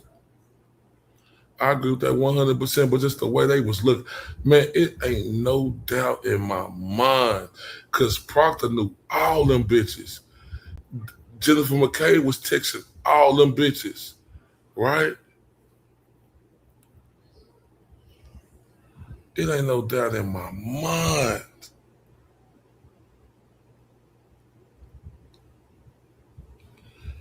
And like I said, this, I'm not a lawyer, you know. I'm a on your way hood lawyer, right? But look, I this right here, what I done, like this, how the fuck is this case still going? And you got this Barbie, this fucking plastic wig wearing Bev say, it was chilling effects. The witnesses have a chilling effects for this, and I ain't saying disrespect this little bitty dude in the goat. 5 foot said, you got them big old mammoth motherfuckers who breed like fucking war hogs, and they scared of him. Yeah, I go to the Glare Institute of Law and stuff. You ain't lying. The OG, right? No, for real. Like this little bitty baby blue-eyed dude, like I told everybody earlier, what the fuck he gonna do? He got the blue cyclop eyes. He gonna fucking burn them down with the blue eyes? You got these big ass Humpty Dumpty, and like Bob said earlier, how the fuck they gonna keep him away? But then let Brian Albert seal looking ass, I'm talking about big wart seal looking ass, them 6 seals in the pool, in the ocean looking ass, come sit there and just look at the jury? Man, come on now. Come on now. Can't nobody on this planet tell me, man, the GOAT finna be a fucking millionaire. Like a super millionaire. He finna get his retribution just by doing his hard work and dedication. See, Proctor, your bitch ass fucked up, right, motherfucker? And you better start flipping, bitch. You better think about these days was the 25th. You better think about these last 10 days, puto. Right? You better think about all that shit that you finna have to do, and you're gonna have to do it regardless, puto. But you see how they threw your dumb, stupid, conehead ass under the bus? Oh, that's what Proctor put. That's what that overbite Jennifer McKay bitch did to you. They set you up. It's more them than you. Brian Albert is smarter than your dumb ass. Then they got you in a fucking pickle where I bet they got that over your bitch ass where they could just put it on your whole ass. So that's another normal mom in the building. Bitch, you better flip, because to tell you the truth, I believe your bitch ass. Because I see the play. They did set you up. Like Bob said earlier, Higgins went and fucking dropped his phone off at the fucking army. And just got rid of it, man. Come on, man. Him and his Brian Albert Buffalo butt ass, probably stroke 2 times. Probably when he can't get hard no more. Stroke 2 times. Talking about, oh, he butt down and stroke 2 times. Come on, man. Who believe that shit? Shout out to the beautiful Mary B in the building. The beautiful other Mary B in the building. Come on, man. Who believe that shit? That fat buffalo butt, bald head, motherfucker humping on her pump once, pump twice, blast out face ass. His big stomach ass probably can't even, you can't work the middle because he can't put it in face ass. Like, come on, that you hump and you butt down, you just pump twice, and it was over with. Hoo-wee. I can't make this shit up. But like I said, I feel like, like the go say, we all need to do our part. I ain't equipped like a lot of people on here. It's a lot of people on here who way more smart and can do a way more much of research. But like I say, I'm gonna learn, because I know I'm gonna be on Mary B's tomorrow, right? So I'm telling y'all this right here. I broke my case down. And then there's a lot more I could do too. But like, this is just the first part. It's Proctor, Better Road, and all that other shit. So like I say, I'm putting in my work. I'm doing my due diligence. And like I told everybody, it's just about doing, getting better every day, getting 1% better every day, or getting better how many ever more percentages you can get better. But as long as you get better than 1% every day, that's all that matters, right? I ain't gonna lie, y'all, boy. I have to scroll up my motherfucking articles and shit and try to, and put this shit together. I mean, and it's a lot more I could have put in here. Like tomorrow on the witness stuff, we're gonna have a lot of stuff. We're gonna have a lot of stuff. It's gonna be tomorrow night, because I'm gonna be on Mary B show. It's gonna be 3 o'clock. It's gonna be 3 p.m. Eastern Standard Time or 3 p.m. Central Standard Time. One of them. But we're gonna be over there tomorrow. Yeah, Mo is gonna school us. See, that's why I was telling them I ain't want to let the cat out the bag. I told them I was gonna be on your show, but I was gonna let you tell them how we coming tomorrow. So yeah, we finna go put our brains to work, our electric lights, and get over there and learn and see how we can get better, because that's all it's about. That's all it's about, because it's a lot more that I want to attack. But yeah, 3 p.m. Eastern Standard Time. So that's going to be 2 o'clock my time. So I'm going to be ready. Because I need to learn this as much as I can fucking learn.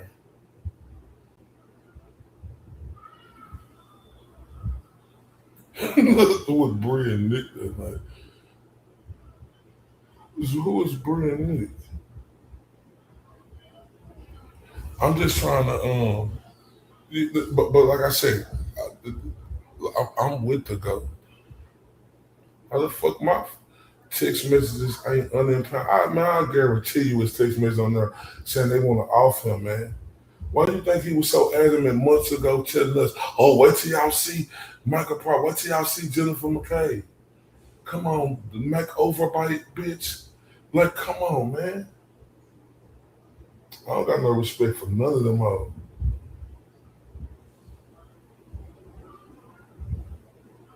Y'all can't hear me? Y'all can't hear me?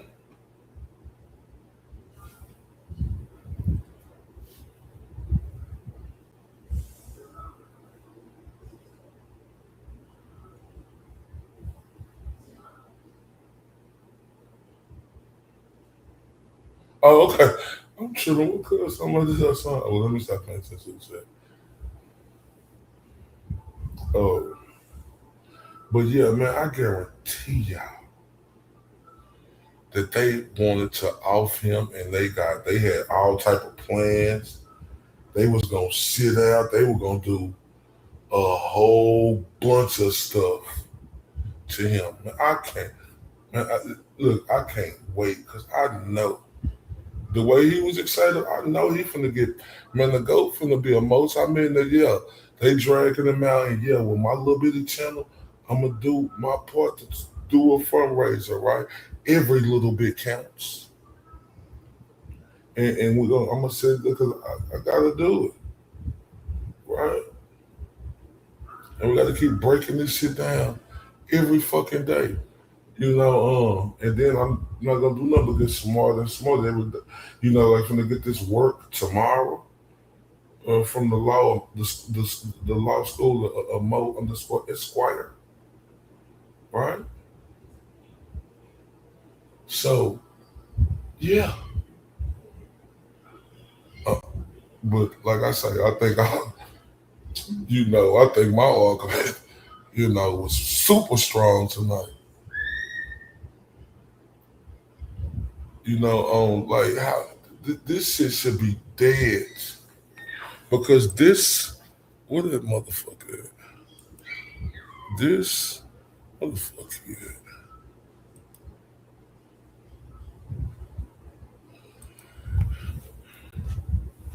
That fat, overweight motherfucker Proctor there, because he fat and a bitch now. Right? The motherfucker eat hoagies all fucking day, donuts. Motherfucker eating bean pies. He's scared to go to the store. So he eating all the canned goods up and shit. Cause especially when he talk to black folks, it's gonna be retribution for the blackies to hit your ass. Talk about, motherfucker talk about how it's a bunch of blackies down there. That fucking bitch ass. Oh, they some hoes, boy.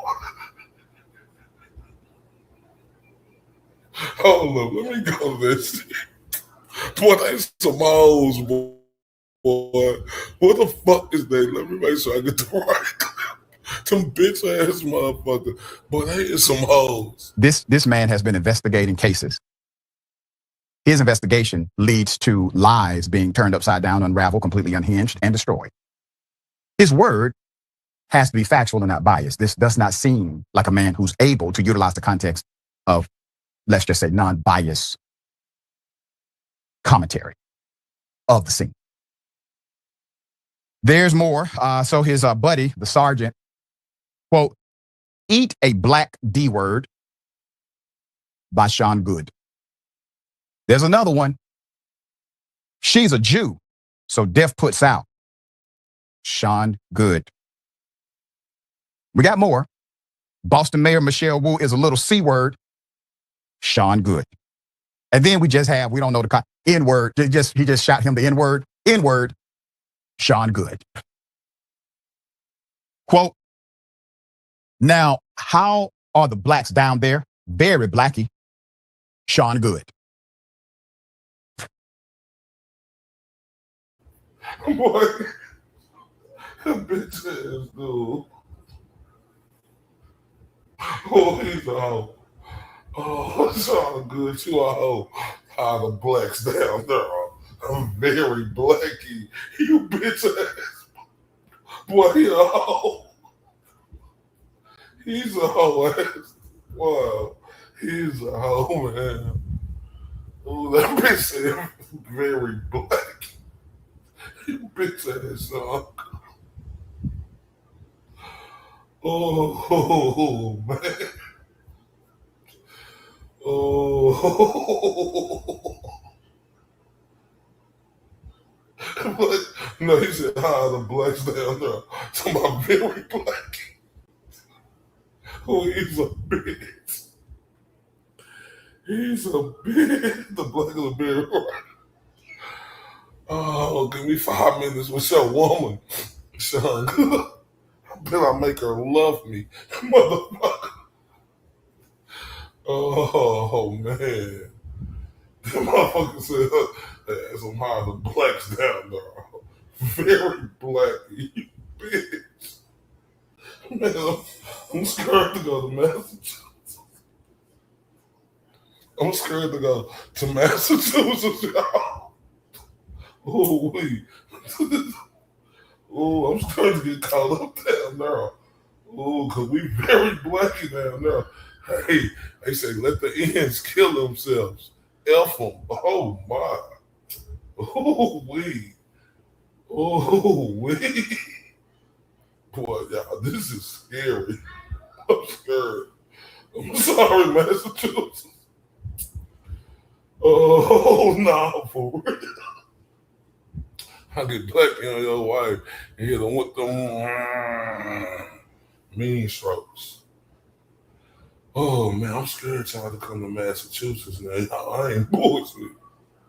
Oh, wait. He said, how the blacks got very black.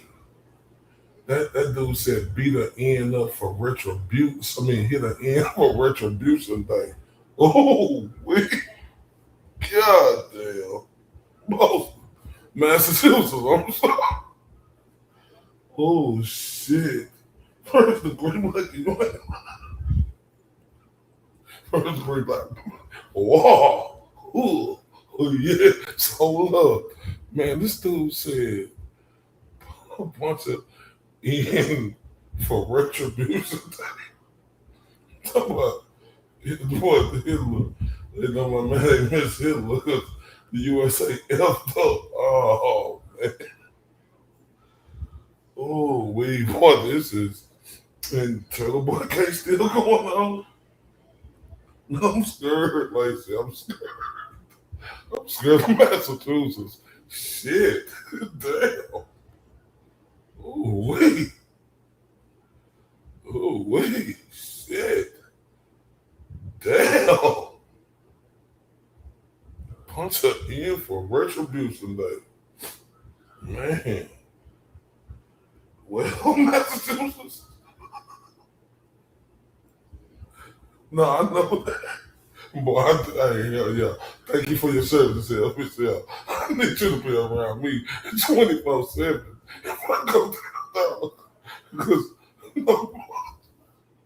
oh,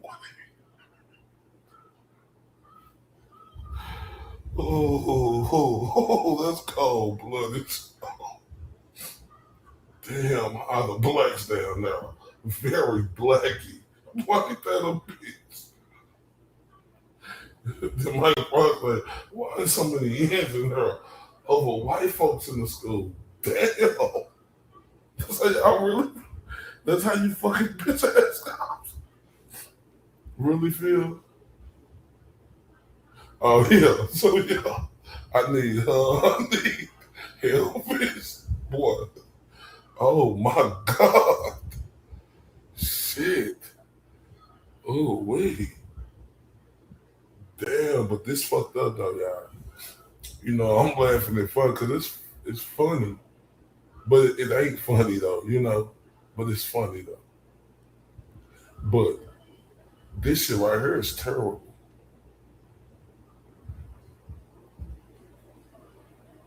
Because every person who's of color should be released immediately. Oh yeah. Oh yeah, and I forgot I got Helen Keller too. she got my back. Oh we, but this fucked up, y'all. And this show you how really it's fucked up though. Like it's fucked up down there, y'all.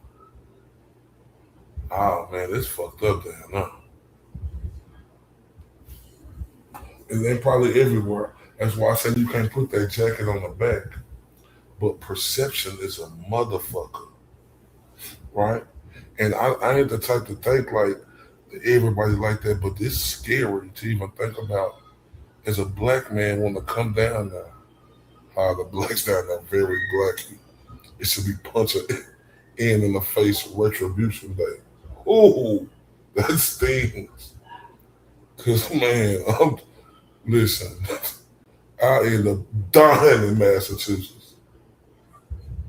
Yeah, I end up dying in Massachusetts. Man, they would have to fucking M me. Cause man, I'd be damn.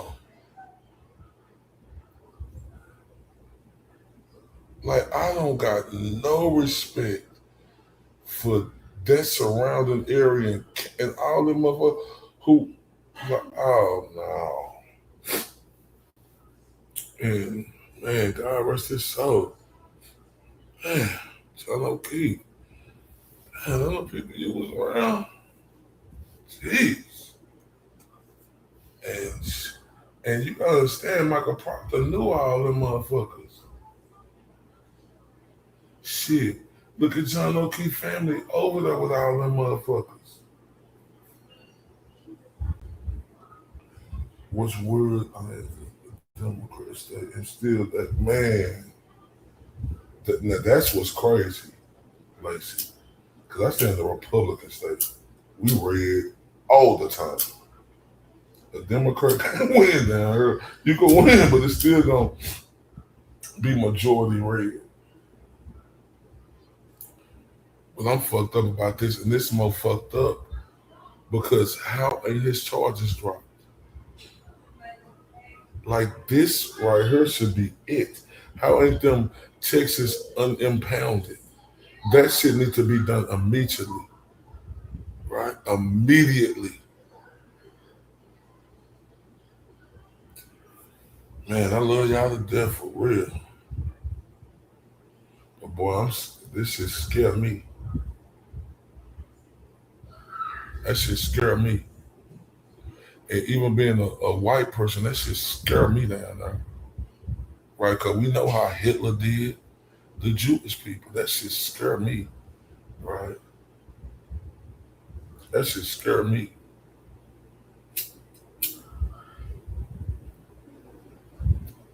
For all races, they call them sand ends. Oh man.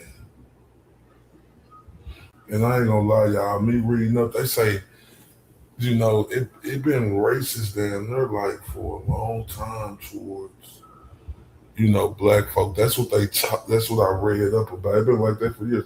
I forgot something that went on back in the day. I think that's what I'm gonna look into. But just saying, it's bad for fucking white folks down there. Do y'all know how dangerous it is, Turtleboy walking around every day? Man, oh my God. That's why I seen it at. Another normal mom. That's why I seen it at. Like Melanie is my go-to. Like I ain't lied, and this is no shot. Like I tried to watch trials with other people, but ain't nobody do it like she do. That's just my opinion. It's just me. Don't nobody do it like she do it because, like I said, my favorite thing about her, she will stop that shit and break that shit down. That's what I need. And if you got a problem with it, you can get the hell out. She'll let you know. Man, this right here, you ain't lying. He's Massachusetts' most wanted. Mary B, that's real shit. It is fucking dangerous for that man down there.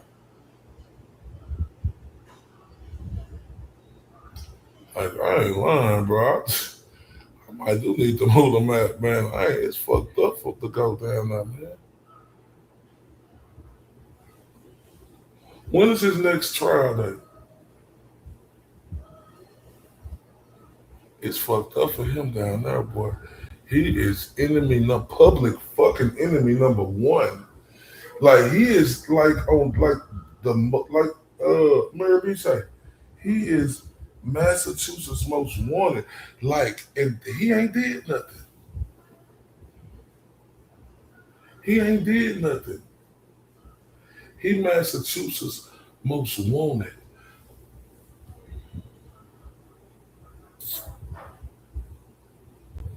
Man, ooh-wee.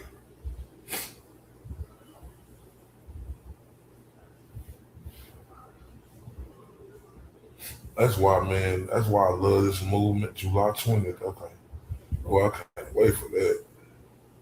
Man, that shit should be thrown out, man. That's why, I rock with the GOAT so hard, man. Man, that dude right there is the real hero. And it's real shit. I know Cuz Kyle Karen Reed, she is a hero, right? But, man, like, the GOAT is the real hero, bro. Like, it ain't even no question about it. Oh, this shit make me get a headache thinking about this. And he got to go to sleep, wake up, got stalkers and all type of motherfuckers down there who ain't like, can you imagine? Motherfuckers texting them saying, I see where you're at eating. How's that apple juice you drink? Just anything. Like, this is...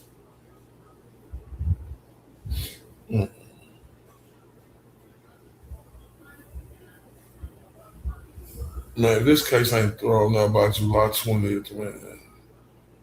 Like, I don't know. This shouldn't even still be going on, man. It's supposed to be a special fucking proceeding. What the fuck is... Man, the governor down there ain't shit. The governor down there ain't shit. But, man, I'm fucked up about this. We're gonna stay on it. I love all y'all to death. I appreciate y'all, man. I appreciate y'all to death, man. I appreciate y'all to death. Real quick, if y'all ain't hit that like button, hit that like button for me while I play Pretty Cookie Blue Curtain. Hit that like button. We almost at 100. We 88 and counting. If it's 12 people on who ain't hit that like button, hit it.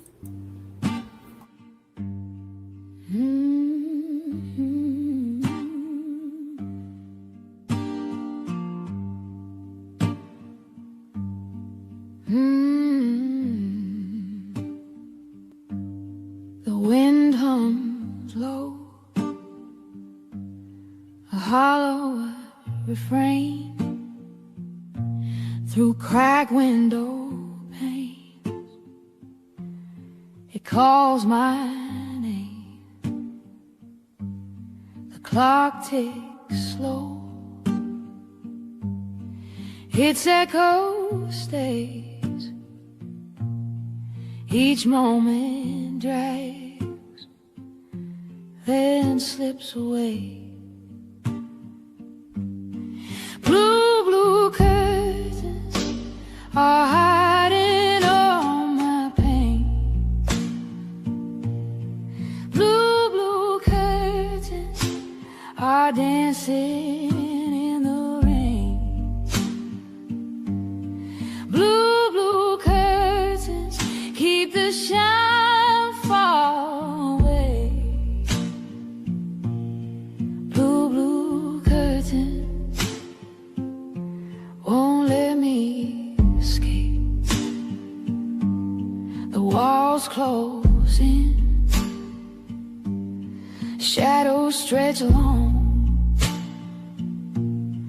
Night wears a mask where dreams don't belong. A bird once sang, now silent it lies. The sky holds no stars, just clouded sighs.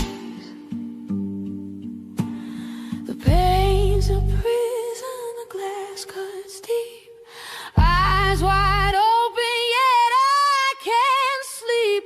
Blue, blue curtains are hiding all my pain. Blue, blue curtains are dancing in the rain. Blue, blue curtains keep the shine far away.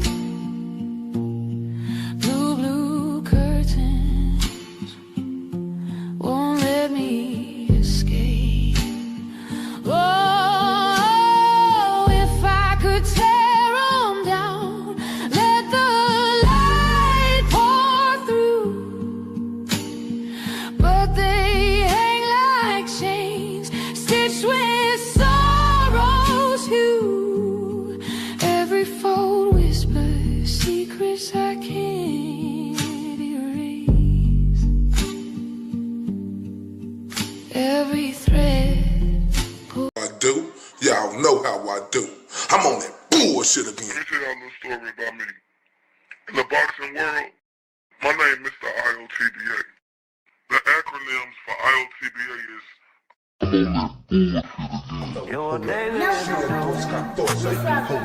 Mr. Undeniable. Hold up. Mr. These boys can't touch me. if you do. Bet I ain't got shit to prove.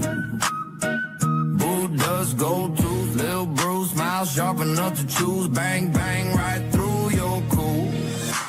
Walking like a rumor with a pulse. Lip curl sweeter than your cold. My eyes say try me and you freeze like salt.